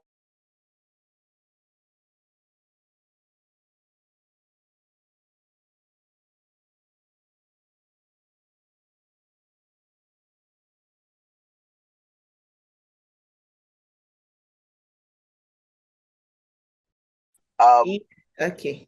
All right, doctor, you're back, sir. Oh, thank you, ma. Thank you, ma. Sorry, ma. Please help me. What last did you hear so I can continue from there, ma? Saying that if you can see how far you can see. Yes. Thank you, ma. So, and I was talking about the orange theory. An Yes. example. Yes. Yes. Okay. Thank you so much, ma. So as I was saying, apologies. The network is wonderful. I'm in Nigeria at the moment. So please bear with us. So I was saying that while everybody is looking, if you pay attention as a leader, there is always something to see. And what I saw when someone was drinking orange was a lesson I was made to see. That while the person was drinking the orange, I was made to have my eyes opened that there is a lesson to learn from that act of drinking that orange. And what was the lesson? That the person drinking the orange was squeezing the orange for the juice to come out of it. And I was made to see that there is a lesson from squeezing the juice to be out. And my mind opened at that point that the lesson in there is this: the juice in you will not come out unless you are squeezed. So don't just look as leaders. Pay attention to see what lesson that is in it. And you'll find that in one of the chapters of my book titled Wisdom on the Road. Wisdom on the Road. You'll find it on Amazon. Wisdom on the Road. Yes. Titled Wisdom on the Road, written by Dr. Adeyemi Adeniyi. And you would also see some of the lessons from the things every one of us are looking at, but there are lessons from it. So as a leader, you must be a man and a woman with vision. So what does vision itself means? It's a clear idea of what the future could be like. It's a clear idea of what the future could be like. And it's a source of inspiration and motivation. It's a source of inspiration and motivation. Now, vision also will help you to provide a sense of direction and purpose. Vision will help you to provide a sense of direction and purpose, meaning that if you can't see, you don't have any business in leading others. It will be more compared to a blind man trying to mislead others who are following him or her. So, as a leader, you must first settle down and ask yourself, can I see? Now, I want you to know that there is a difference between seeing and seeing clearly. There's a difference between seeing and seeing clearly. And as a leader, I beg of you that you must leave the level of just seeing, but see clearly. See clearly. You must get to that point of seeing clearly. You know, there are various dimensions to things in life.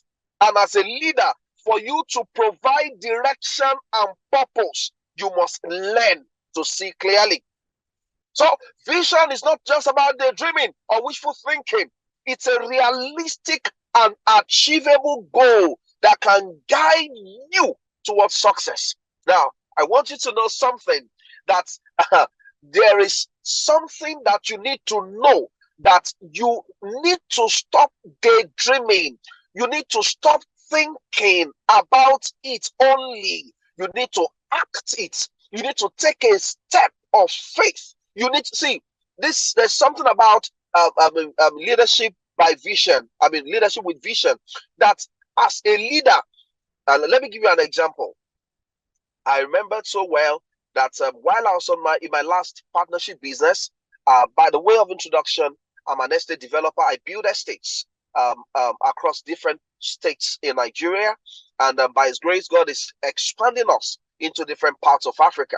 Now, I remember when it was time to enter into a particular area, one of the GRA's, government reserved area in Lagos, called the Ikeja GRA. I told one of my partners, I said, I'm led to tell you that it's time to enter Ikeja GRA for projects. for us to begin a project. And he said, "Oh no, please! I don't want trouble. I don't want problem. I can't. I don't think I want to be part of this." I said, "Why?" He said, "Where do you get all the billions? Where do you think we can get all the billions to be able to go into this place?" I said, "I am led, and I know, I hear clearly when it is time to move." And so he said, "Anyway, I should count him out." So I took a step of faith. I began to search for available properties in that Ikeja GRA. And I mean, it took me 9 months to locate that project by the help of God. Remember, I wasn't looking for it. My eyes were open to see the one that has been reserved for us. Now, that project was signed that year. And while I was living that partnership business, our company, Dale Clinton Realtors Limited, bought over that project. As of today, that project is worth about 2 billion naira. That's close to about $1.5 billion now, by the grace of God. Now, what I needed to take on that project was not money. It was a vision. I saw it clearly and I took a step. So stop daydreaming. Take a step and go for that thing. What you need is not money. What you need is action. But you must first see it as a leader before taking the step. What are the importance of vision for leaders? What are the importance of vision? Now, it helps to align the efforts of team members. Now, if as a leader, you cannot see, how do you expect your followers to see? So, vision helps to align the efforts of team members. Number 2, it motivates and inspires people to achieve their goals. It motivates and inspires people to achieve their goals as a leader of vision. 3, it helps to create a positive and productive work environment. It helps to create a positive and productive work environment. See, let me tell you something. I saw, as a Christian and as a believer, I saw in the scripture where it is written that Jesus was telling the disciples, he said, "Tarry ye in Jerusalem until you are endued with power. Then you can now go out." Now, this is it. As a leader, there is a place of tarrying. There is a place of staying in your wilderness to learn lessons, to develop capacity before you can lead others. There's a place of accumulating knowledge. There's a place of getting connected to mentors, leaders who have gone ahead in that space that you are in, to learn from them. That is when you can be a source of motivation to others that has been assigned to follow you. So a vision helps to create a positive and productive work environment. And until you are build capacity, it will be difficult for you to help others to grow. I repeat again, until you have built capacity, it will be difficult for you to help others to grow. I mean, those who are following you. The time is very short, so I have to rush through so many things. Please, in case I don't want to forget this, in case you want to follow me on our social media handle, please kindly follow me on Instagram.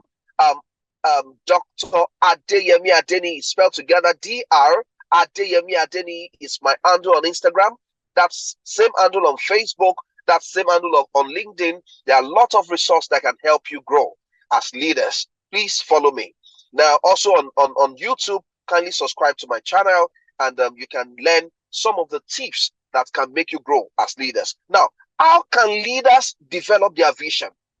How can leaders develop their vision?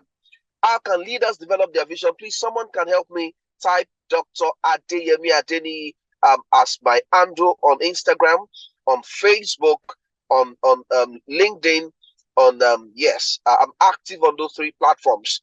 You can connect with me, and also on Threads, and also on YouTube. On YouTube, there are videos of different programs that I go live, and you can pick 1 or 2 lessons from some of these events.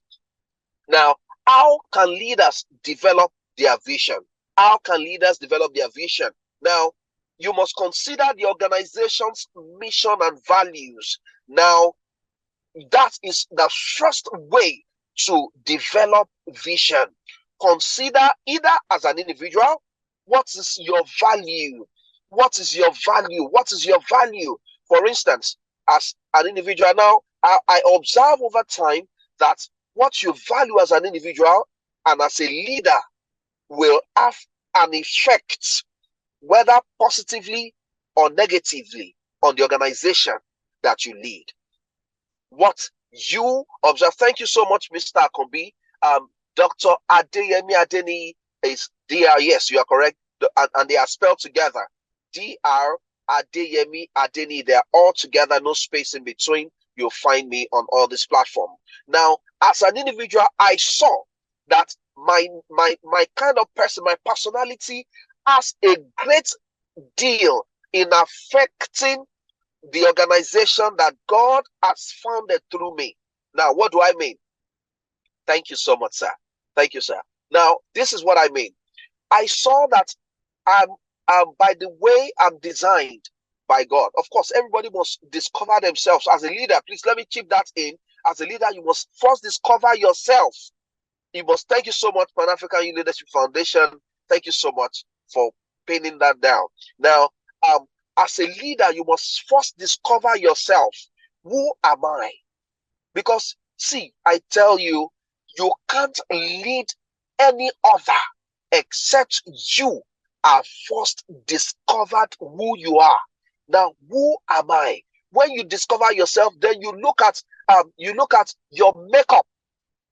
Oh, thank you so much, sir. I have 5 more minutes. Okay, so you must look at your makeup. What exactly, when you look at your temperament, you look at how you are made up. What are those things that makes you unique? Because when you look at your tone, now that's a unique thing that God has given to you. There's no part 2 of you out of more than 7 billion people on the surface of the earth. It is just you and no one else but you. So you must find what is unique about you that makes you you.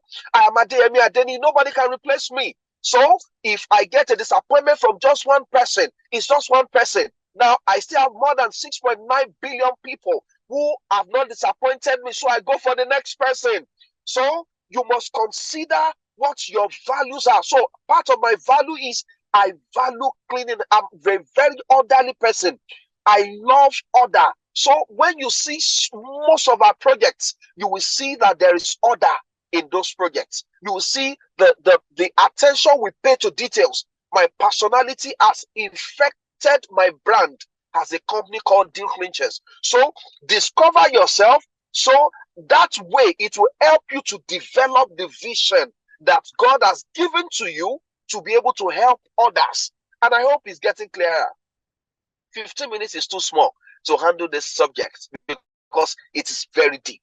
Now, 2, identify the need of the stakeholders. Thank you very much, Sir Mr. Ibrahim. Identify the needs of the stakeholders. What are the needs? Let me give you an example. At Deal Clinchers Development Company or Realtors Limited, now we go to we work on the needs of our subscribers, of our clients. We don't go to tie capital down and now looking for who to buy into our projects. What we take question feedbacks from our prospective buyers of projects. We ask, what do you want? Where would you want? Which location are you looking at next? Then that will determine where we go next. So identify the needs of the stakeholders. Then it will help you to chart a better course for all of them. Now, 3, look to the future and imagine the possibilities. Look into the future and imagine the possibilities is very important. Now, as a leader, don't think of today alone. Think of tomorrow. Think of the future.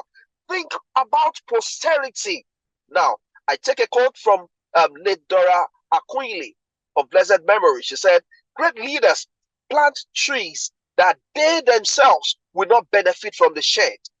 Great leaders, they plant trees that they themselves will not benefit from the shade. So it's more about you doing things for legacy's sake. Now, number 4, how can leaders develop their vision? Get input from others. Get input from others. The journey that you have decided to enter is somebody else's past. Somebody has just returned from where you are starting. So there is nothing new under the sun.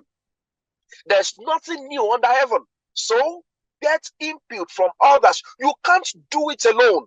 You need input. Now, let me quickly jump to how leaders can communicate their vision. How can you communicate your vision? Number one, now communicate the vision clearly and concisely. Communicate your vision clearly and concisely. Now, two, be passionate and enthusiastic. Be passionate and enthusiastic.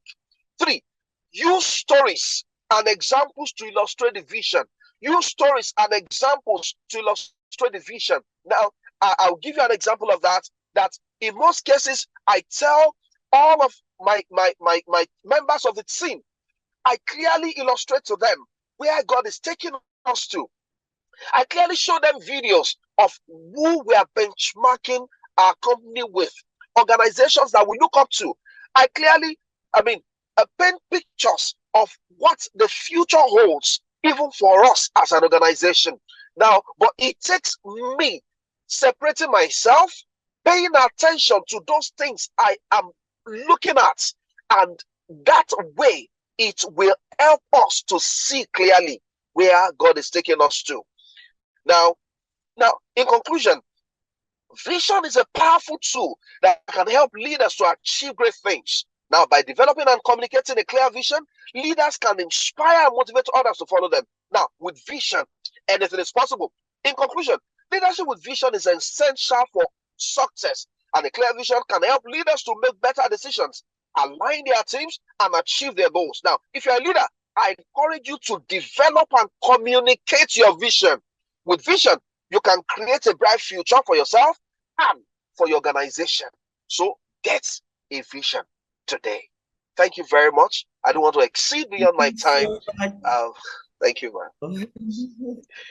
Thank you, Dr. Adeyemi Adeniyi. I mean, you mentioned already that 15 minutes is not even enough time to be able to sufficiently talk about leadership purpose, but that was truly amazing. I think Paylep needs to dedicate another day. We'll bring back Dr. Adeniyi to fully dissect this topic for all of us. Thank you so much, sir. Thank you so much. And just so you know, Dr. Adeyemi Adeniyi is the Vice Chairman, the Governing Council of the Pan-African Youth Leadership Foundation, all right? So there's a Governing Council and he's our Vice Chairman. Thank you so much, sir, for those insightful words of wisdom. Please do not forget to follow him across all social media platforms at Dr. Adeyemi Adeniyi, all together, no space. I mean, he mentioned really powerful points there. He said there's a difference between looking and seeing, and as a leader, you need to see. Instead of looking, you need to see. Where everyone is looking, leaders are seeing. It says pay attention to see what is in the lesson for you, in a particular challenge, what is in there for you. He said vision will help you with a sense of direction and purpose. He said there's a difference between seeing and seeing clearly. All right, so you need to discover yourself, get input from others, consider an organization's value, and all of this put together can help you to be a leader with a purpose. Thank you so much. I will not be able to take any questions because of our time, and we'll be moving over to the next speaker for today. I trust you've been having an amazing time since we started. Everyone joining us on Facebook too. I've not forgotten you. You are equally as important as everyone right here on Zoom. So thank you so much joining us on Facebook. Our next speaker is speaking on strategic leadership. Now, you know, I mentioned earlier that we had a speaker on strategic leadership, Jubril, and now again we're having another speaker speaking to us on strategic leadership again. And our speaker is the Chief Executive Officer at Lake Production, all the way in Sierra Leone, was speaking to us on strategic leadership. So ladies and gentlemen, please make welcome Alhaji Tarawali. A round of applause in the comment section for him. Alhaji Tarawali. Is Alhaji here? And then also for those on Facebook, please, I'll be coming to you to read your comments very soon. I've not forgotten you. I'll be coming to Facebook to take comments from Facebook. So you might want to also leave your comments there. Please allow this screen sharing. Allow the screen sharing. So technicals, please allow us bring up Alhaji Tarawale on the screens. Yeah.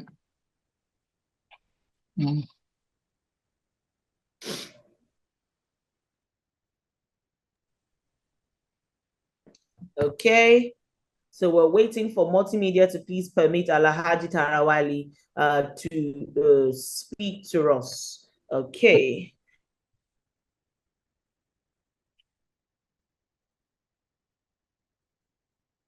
Musa Masaku, great move. For Faye Malike Sharif, you have to stop daydreaming, take a step and go for that thing. Absolutely. Foja says, cool. Foya also says, thank you very much for allowing us drink from your cup of wisdom. Yes. Thank you. Thank you. I'll be taking more comments on Facebook even as we go on. Do we have Alhaji now? Yes, I'm here. I'm trying to like... Please just continue. We'll be able to bring you up later. We can hear you loud and... Yes, I'm trying to like put my how do you call it? My screen sharing, my file in PowerPoint presentation. Just a moment from now, please.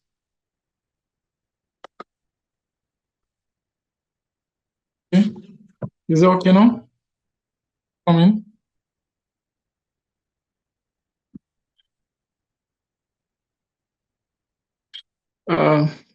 Is it okay now? Can you get me? Yes, we can see your screen. We can see your screen and we can see you. Please go ahead. Okay. Thank you very much to the Pan-African Youth Leadership Foundation. My name is Alhaji Tarawale. Let me just check the time. I think it's Sierra Leonean from Sierra Leone, but currently I'm in the United States of America at Silicon Valley. You know, so almost I've been waiting for this since last night or this morning. Right now it's about 4:30 a.m. in San Jose at Silicon Valley. My name is Alhaji Tarawale. I'm the CEO for Lake Group of Company. Let me just give you a brief background of Lake. Lake Production is one of the leading, event management and multimedia production company in Sierra Leone. For the past decades, we've been organizing some of the biggest national, entertainment events in Sierra Leone. Like we've been organizing the National Entertainment Award, which is like our own BET Oscar Award in Sierra Leone. So I'm the CEO of that. Also, we're also organizing the National Music Award, which you all know about the own Nigerian Music Award. We also organized Miss Freeton Beauty Pageant, which is one of the second biggest pageants in Sierra Leone. We'll also be organizing the National Music Festival, bringing some of the biggest artists across Africa. Our last big artist in 2021 was Kiss Daniel at the National Stadium Main Bowl. So you cannot talk about national events in Sierra Leone without talking about Lake Production. So I just want to thank our esteemed leaders and fellow participants from the Pan-African Youth Leadership Virtual Training Program. It is an honor, actually, to contribute to this important discourse on strategic leadership. I remember my friend Jibila actually talked about strategic leadership, but his own aspect of strategic leadership was looking at corporate level. So my own approach on strategic leadership is going to look at politics and governance. I'm also going to give specific reference, to the recent youthful democratic transition in Senegal. How strategic leadership has helped, the democratic youthful transition in Senegal. And I'm also going to look at the emergence of young leaders in African politics. This Richard statement will also exploit the strategic leadership dynamic. I will draw an insight from Senegal political evolution and the broader African context. Our discussion will underscore the critical role of young leaders. I know I have 15 minutes, but I will try to accelerate as fast as possible because I'm very much passionate about this topic, especially when it has to do with politics and leadership. And as you all know, I'm an entrepreneur, and I'm also into politics in Sierra Leone. In 2028, I contested for Member of Parliament as one of the youngest parliamentary aspirants. Then currently also, I am the Deputy Secretary General for one of the third force political party in the Sierra Leone. So I'm currently in the United States of America trying to complete my PhD research. I'm looking at the impact of brain drain, how it has impacted West Africa, with regards to the American immigration policy. So we're looking at strategic leadership. Let's look at the conceptual framework. Strategic leadership involves, planning and executing strategies that drive long-term success and adaptability in complex environments. So we have 5 major aspects that characterize strategic leadership. So it is very much essential for us to understand some of the 5 major aspects that characterize strategic leadership. First, number 1 is visionary thinking. Visionary thinking is the ability, to foresee future trends and challenges. Visionary thinker, these are people that have the ability, to imagine and conceptualize innovative ideas, possibilities, and solution, for future, adventure. It involves thinking beyond the current constraints and paradigm that envision, new opportunities, direction and ways of approaching challenges. Visionary thinkers, these are people that are often, they often have a long-term perspective, and they are open to disruptive ideas, and are also willing to take risks to bring their vision, to fruition. And that is the aspect of visionary thinker. And we also look at the second aspect that has to do with the conceptual framework of strategic leadership. It has to do with innovative problem solving.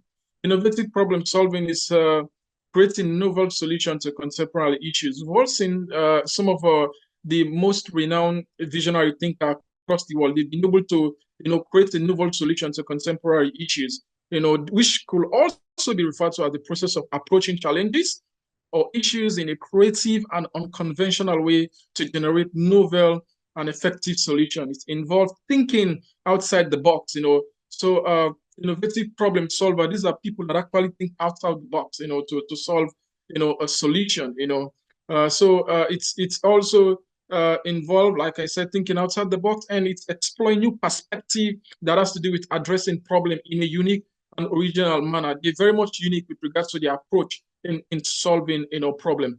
Innovative problem solver, they are open to experimentation, embrace uncertainty, and they're also willing to take, calculated risks, to find innovative solution. We've seen some of the great innovative problem solver, they're always willing to take risks, So when it comes, I will give some specific example with regards to, some of the problem solver when it's look at governance, you look at politics across the framework of Africa. Then we'll also look at number 3 that characterize the conceptual framework of strategic leadership. It's inclusive decision making, engaging diverse stakeholders in decision making. Inclusive decision making is an important aspect when it talks about strategic leadership, because this is a collaborative, approach, that involving a diverse group of individuals, in the decision-making process to ensure that different perspectives, experiences, and opinions are considered, So we're going to give specific example with regards to strategic inclusive decision-making. But first, it's also valuing and incorporating input from a variety of stakeholders, including individuals from different backgrounds, cultures, and level of the organization. Inclusive decision-making aims to foster a comprehensive understanding of issues and promote a better decision outcome. This approach can also lead to more innovative solutions, higher decision-making engagements. It also increases trust, and from its citizen, and it's also an inclusive and equitable organization culture. Looking at it from an overall perspective, it's helped organization or governance make better decisions by leveraging the collective wisdom. Then number 4, we look at ethical governance. Number 4, when you look at strategic leadership in terms of conceptual framework, you look at ethical governance. Upholding integrity and accountability in leadership role is also key. So this is also a principles of values and practices that guide organization in making decisions and conducting their operation in a manner that is ethical, transparent, and also responsible. Number 5, which also could be the last aspect when you look at the conceptual framework of strategic leadership, is resilience and adaptability. This is the term that is mostly used within our governance political framework in Sierra Leone. These are essential qualities that enable individual and organizations to effectively navigate challenges, setback, and changes in their environment. When we talk about resilience, this is something. Whenever I mention resilience, I always laugh because it's usually being used by political leaders, especially making public speech. In my own country, Sierra Leone. So most of the time, our leader used to urge, it isn't really. You have to be resilient with regards to the struggle, and some of the sufferings that the people are going through. So resilience refers to the ability to bounce back from adversity, setback or stress, and to adapt to positivity in a difficult situation. Adaptability, on the other hand, also involve being able to adjust to new circumstances, learn from experiences, and change strategy or behavior as needed, in changing, condition. So these are the 5 aspects of conceptual framework of strategic leadership. But looking at the conceptual framework, we should also consider aspect that has to do with the key factors. The key factors that has to do with strategic leadership. But let's just look at the next slide.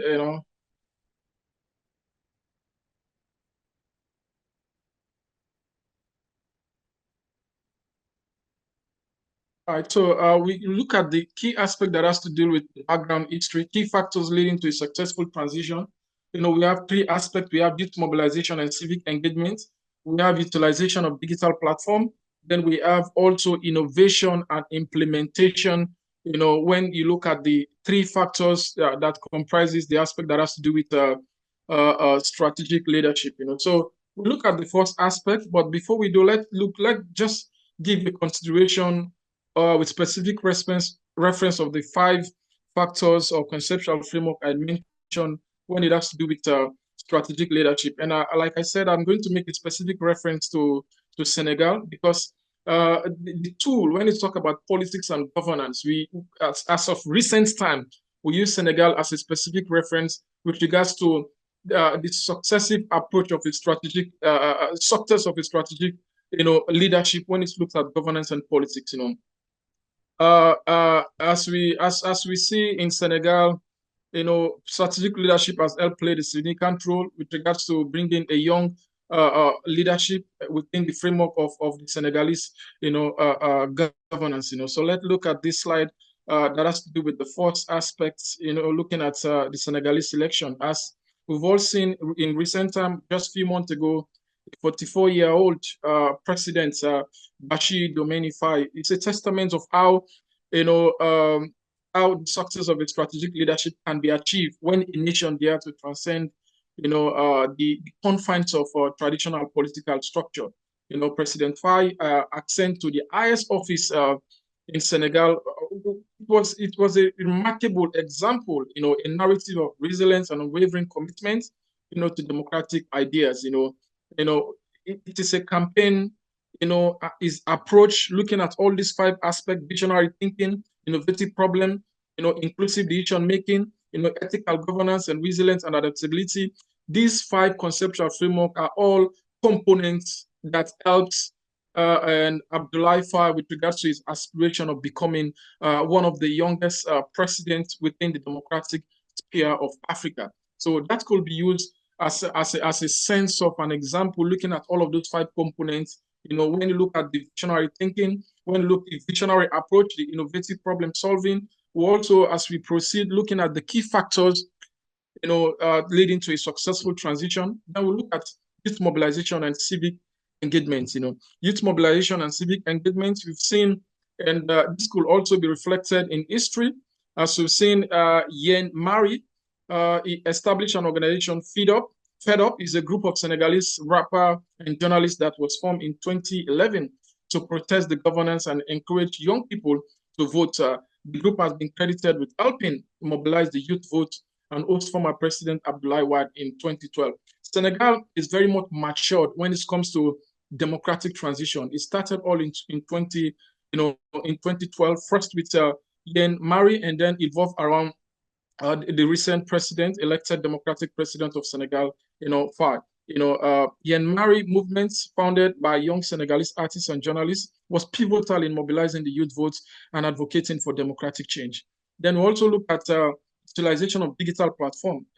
This is a social media and digital communication where effective leverage to disseminate information, organize protests, and galvanize support.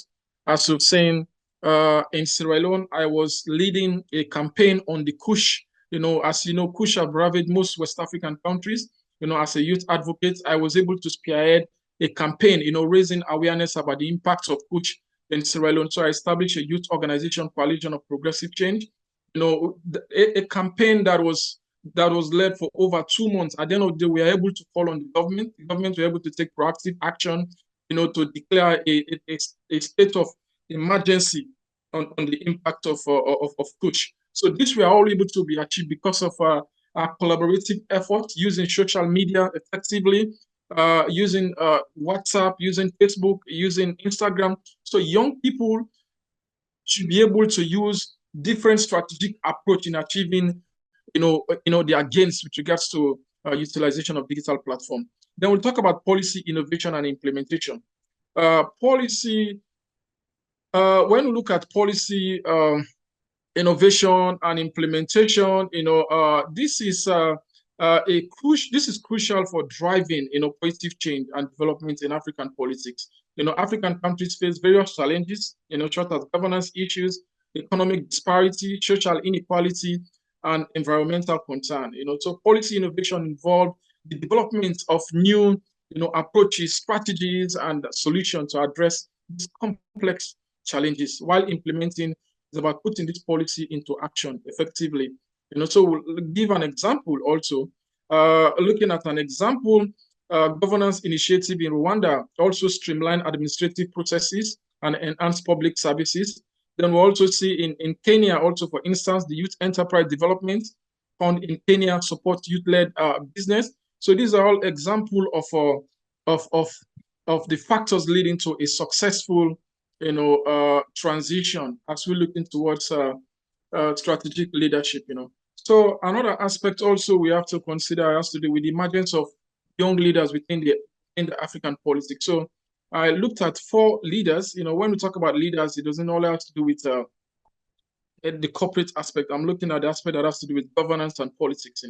I will start with Timothy Kaba in Sierra Leone. These are young leaders. He's one of the youngest, ministers of foreign affairs and international cooperation. As a youth within his 30s, coming to 40s, he'll be able to implement several international success story with regards to and for the first time in the history of this country, we've seen Russia has made a commitment in opening its embassy in Sierra Leone. Then also Iceland, also for the first time, has also opened its embassy in Sierra Leone. So these were all strategic approach being taken by Timothy Kaba, a young minister in his 30s, coming to his 40s. So this is a clear indication that leaders, young people should be able to give in the opportunity. When young people are given the opportunities, with the right vision, they're able to implement some of the success stories. We look at Bogolo Keniwendo from Botswana.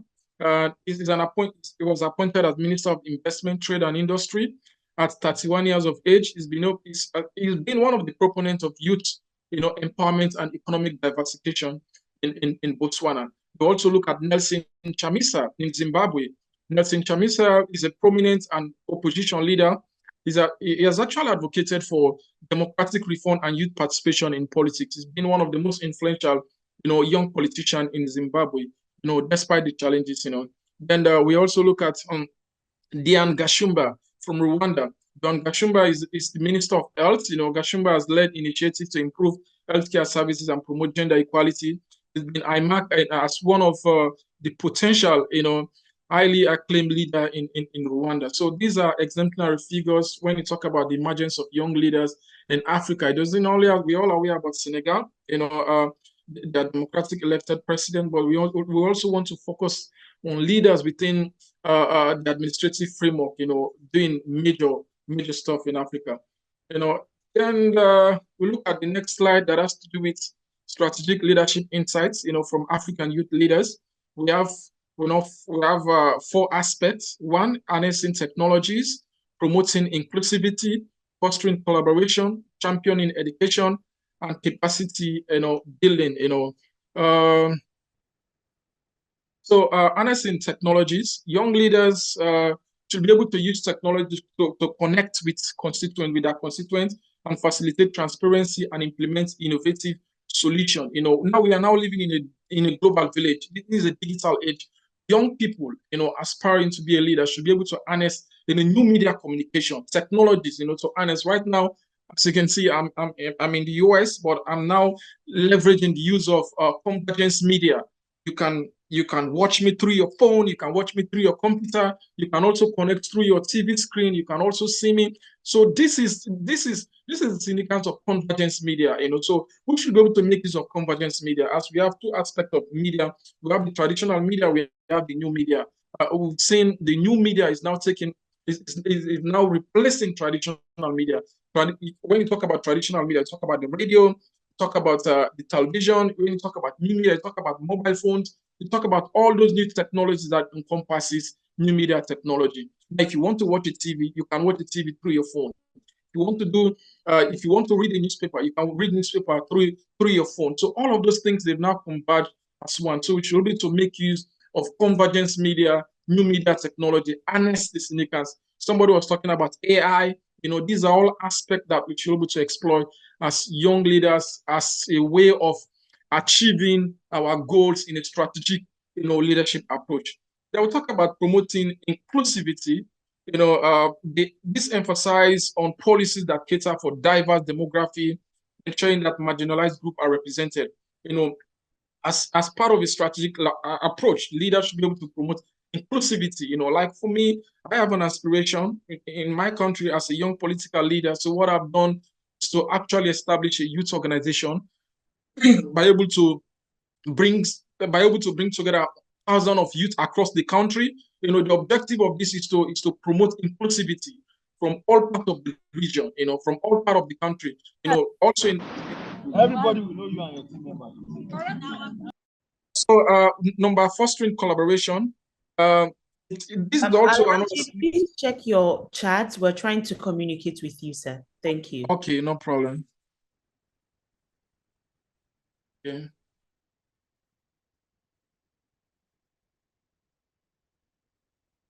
Okay, no problem. I'll be wrapping up now. Thank you. Okay, we'll look at the aspect that has to do with fostering collaboration. Fostering collaboration is also another significant aspect, in looking at leadership as insights from an African perspective. This is also building coalition across political, social, and economic, sector, which is an hallmark of leadership. Young, aspiring leaders should be able to foster collaboration from different sectors, within governance, like I mentioned about political, social, and economic aspect, then championing education.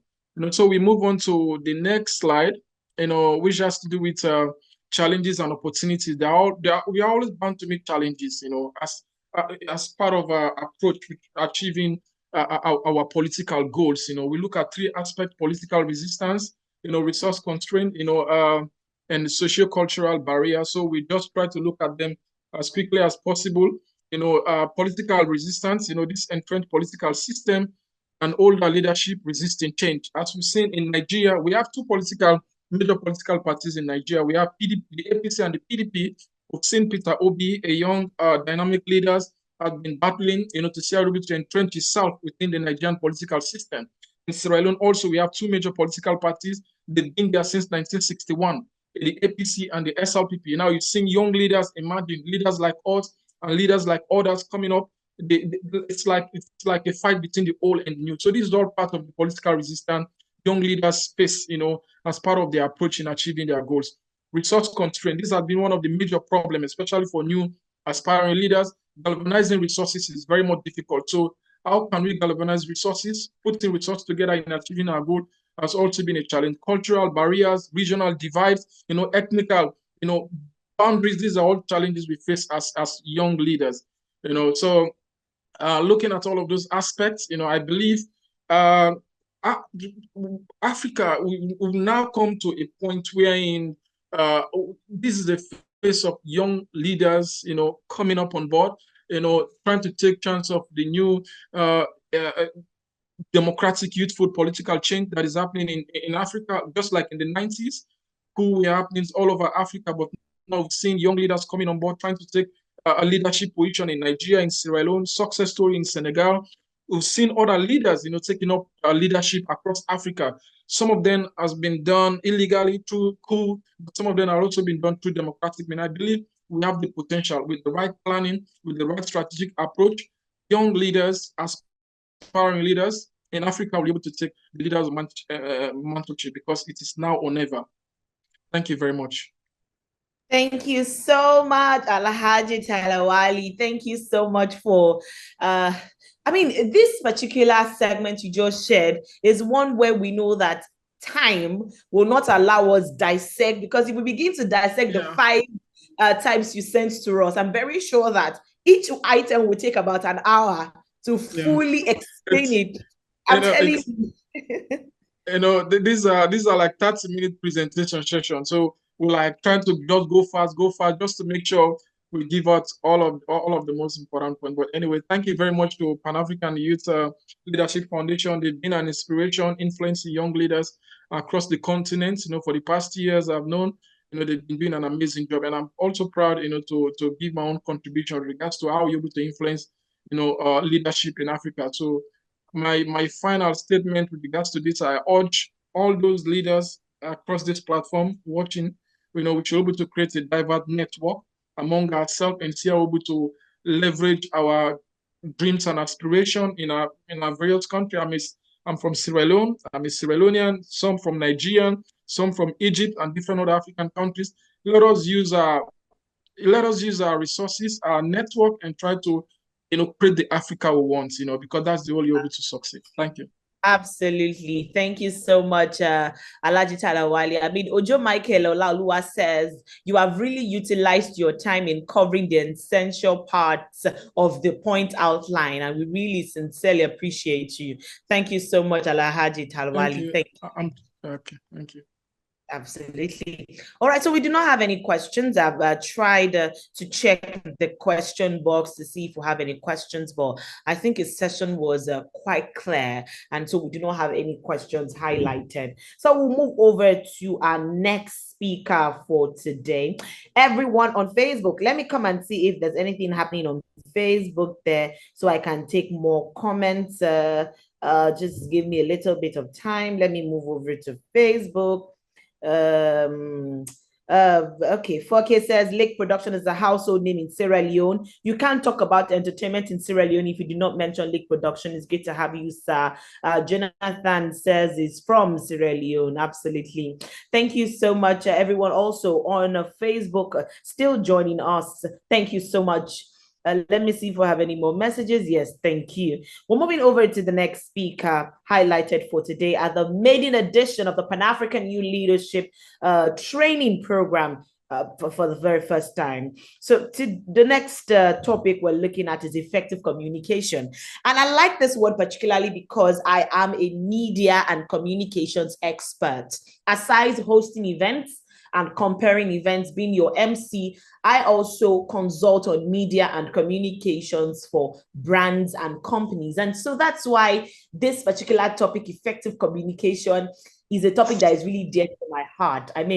I talk about how communication is very important, and how people communicate many at times can either make or mar their businesses or even mar their identity as an African leader. So how can we effectively communicate is what the next topic is about. I love the fact that Paylef was very intentional about the kind of topics that we're looking at today, from project planning to strategic leadership to leadership with purpose to effective communication. It's just so beautiful to see that they carefully thought out in selecting the topics. And bringing us effective communication is the founder, SMC Platinum, all the way from Zimbabwe.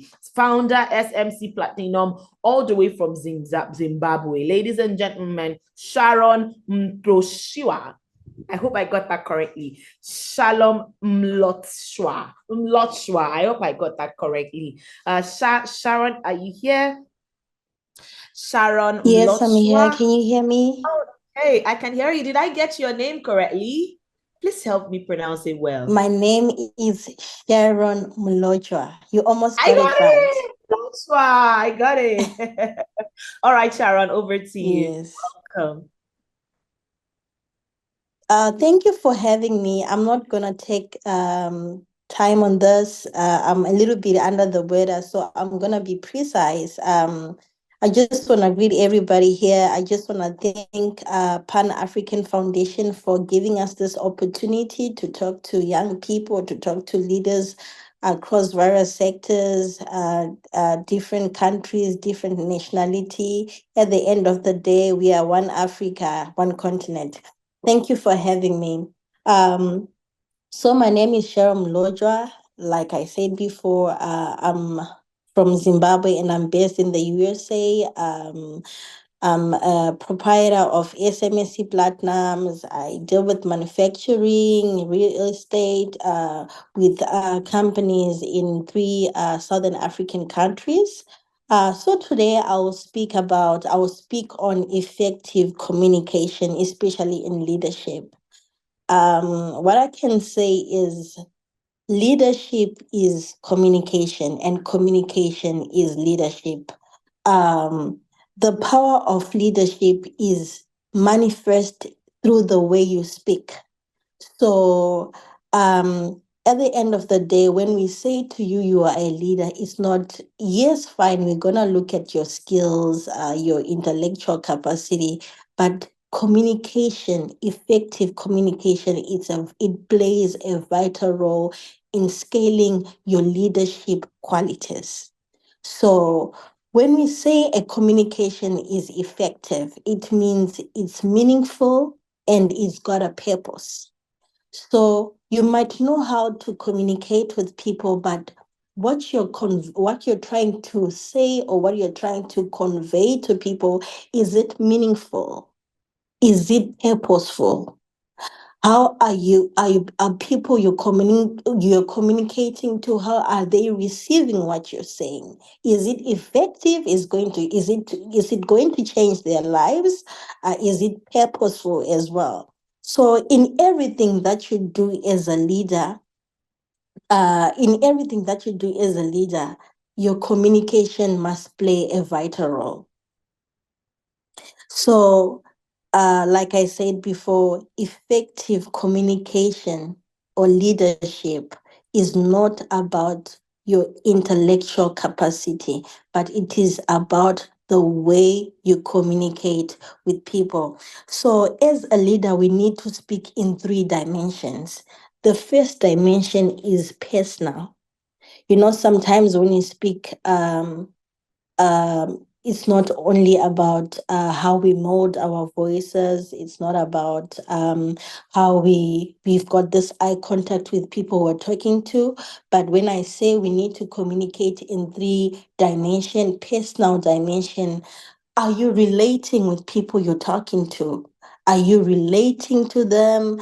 Are you speaking to them on a personal level? Are they comfortable with you talking to you, or are they comfortable with you talking to them? That's the personal dimension. The second dimension is future dimension. So when we say effective communication, when you're communicating to people, are you how can I put it? Okay. When I say future dimension, it's always reminding people about your tomorrow. Your today is gonna be better than your tomorrow. That's what I call future dimension when you're doing effective communication. And the third one, it's a story dimension. So when you are doing effective communication as a leader, you must be a good storyteller. You know, on a day-to-day basis, we go through a lot of things. We've got challenges. Sometimes the people you're communicating to, they are not in a good mood. So you should be a good storyteller sometimes when you're communicating with people. Also, effective communication is all about people hearing your voice. What does a leader do when a leader is talking or when he's speaking? When you say something as a leader, people must hear it. It's like a command.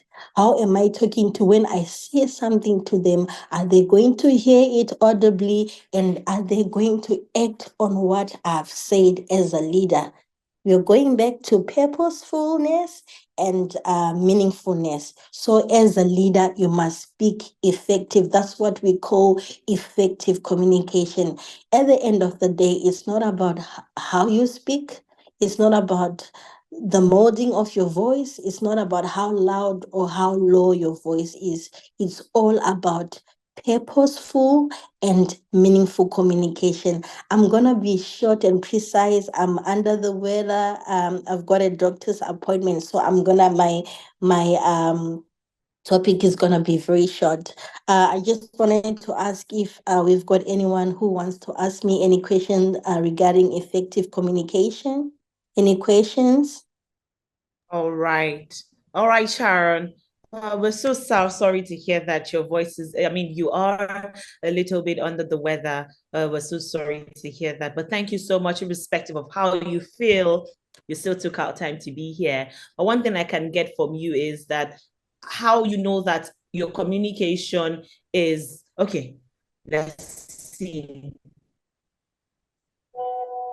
It's effective. It's when you have a purposeful communication.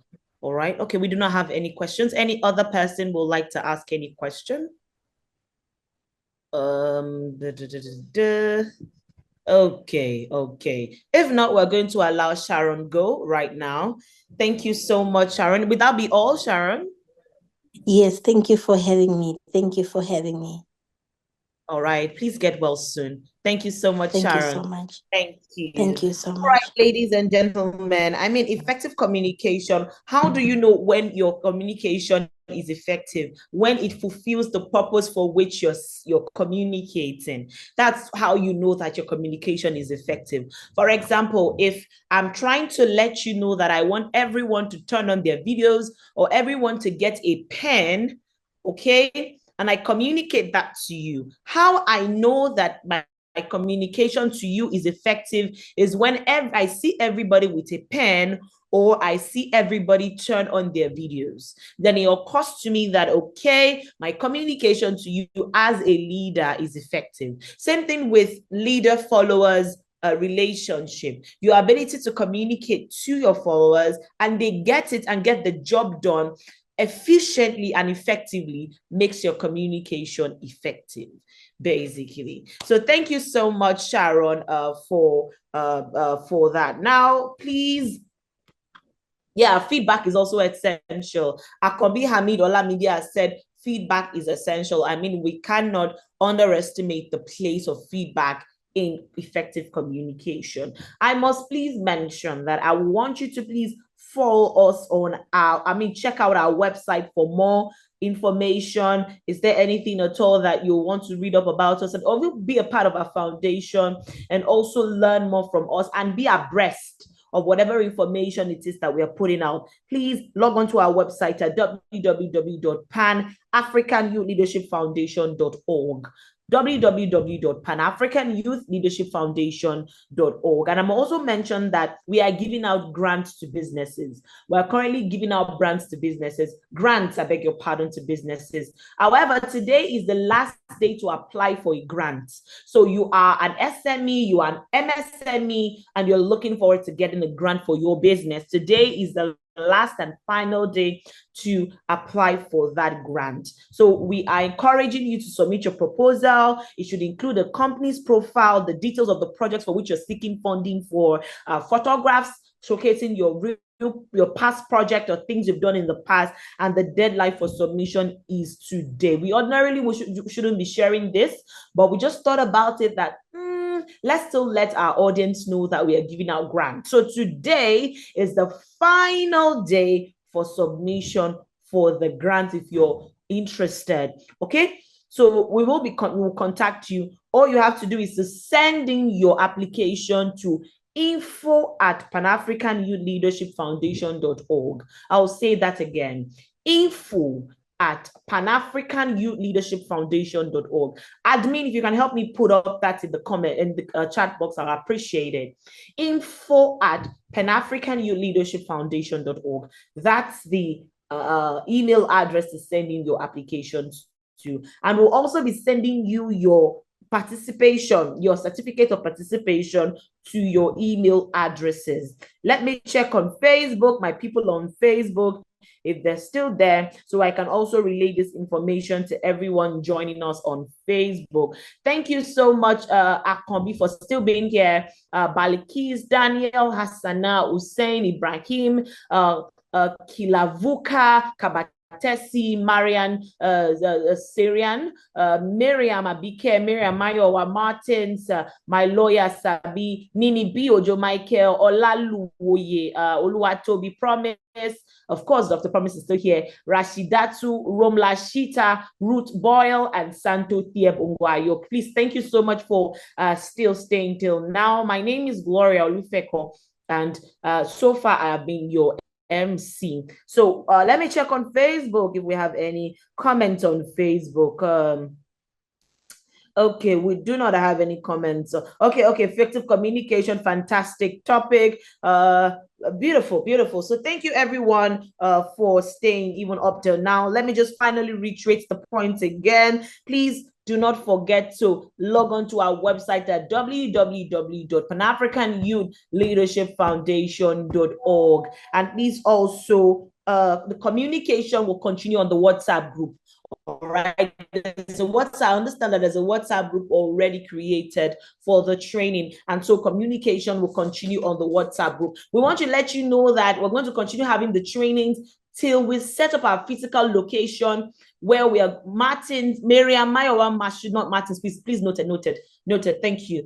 Please, we're going to be having a physical location where our trainings will take place, but until we get that fully set up and running, we'll be having online trainings from now and forward. Please log on once again, www.panafricanyouthleadershipfoundation.org, and also send in your applications for the grant if you're interested in the grant. And the site is info@panafricanyouthleadershipfoundation.org. We've come to the end of the training today. I must say a very big thank you to all of our speakers who did justice to all of their sessions. Thank you so much, Dr. Promise of Ikenet Odom. Thank you, Hani Soliman, who started out. Thank you so much, Sharon, who just left us. Thank you, Jubril Arogubadia. Your session was amazing. And of course, thank you, Alhaji Talawali. Thank you so much for everyone who joined in on the call today. On behalf of Pan-African Youth Leadership Foundation, we want to say a very big thank you we hope you learned a lot. I did learn a lot. All the slides will be sent to you. You'll get them in your emails. Your certificate of participation will also be sent to you. You will get it in your email. My name, once again, is Gloria Olufeko. I am a professional events compere and MC. I compare events, corporate events, social events, whatever the case may be. Please follow us on our social media platforms at Pan-African Youth Leadership Foundation across all social media platforms. Gloria Olufeko signing out on behalf of Paylef, saying that let us keep pushing for the Africa that we want. All right, enjoy the rest of your day, everyone, for wherever it is you've joined from around the world. Do take care and have a great one.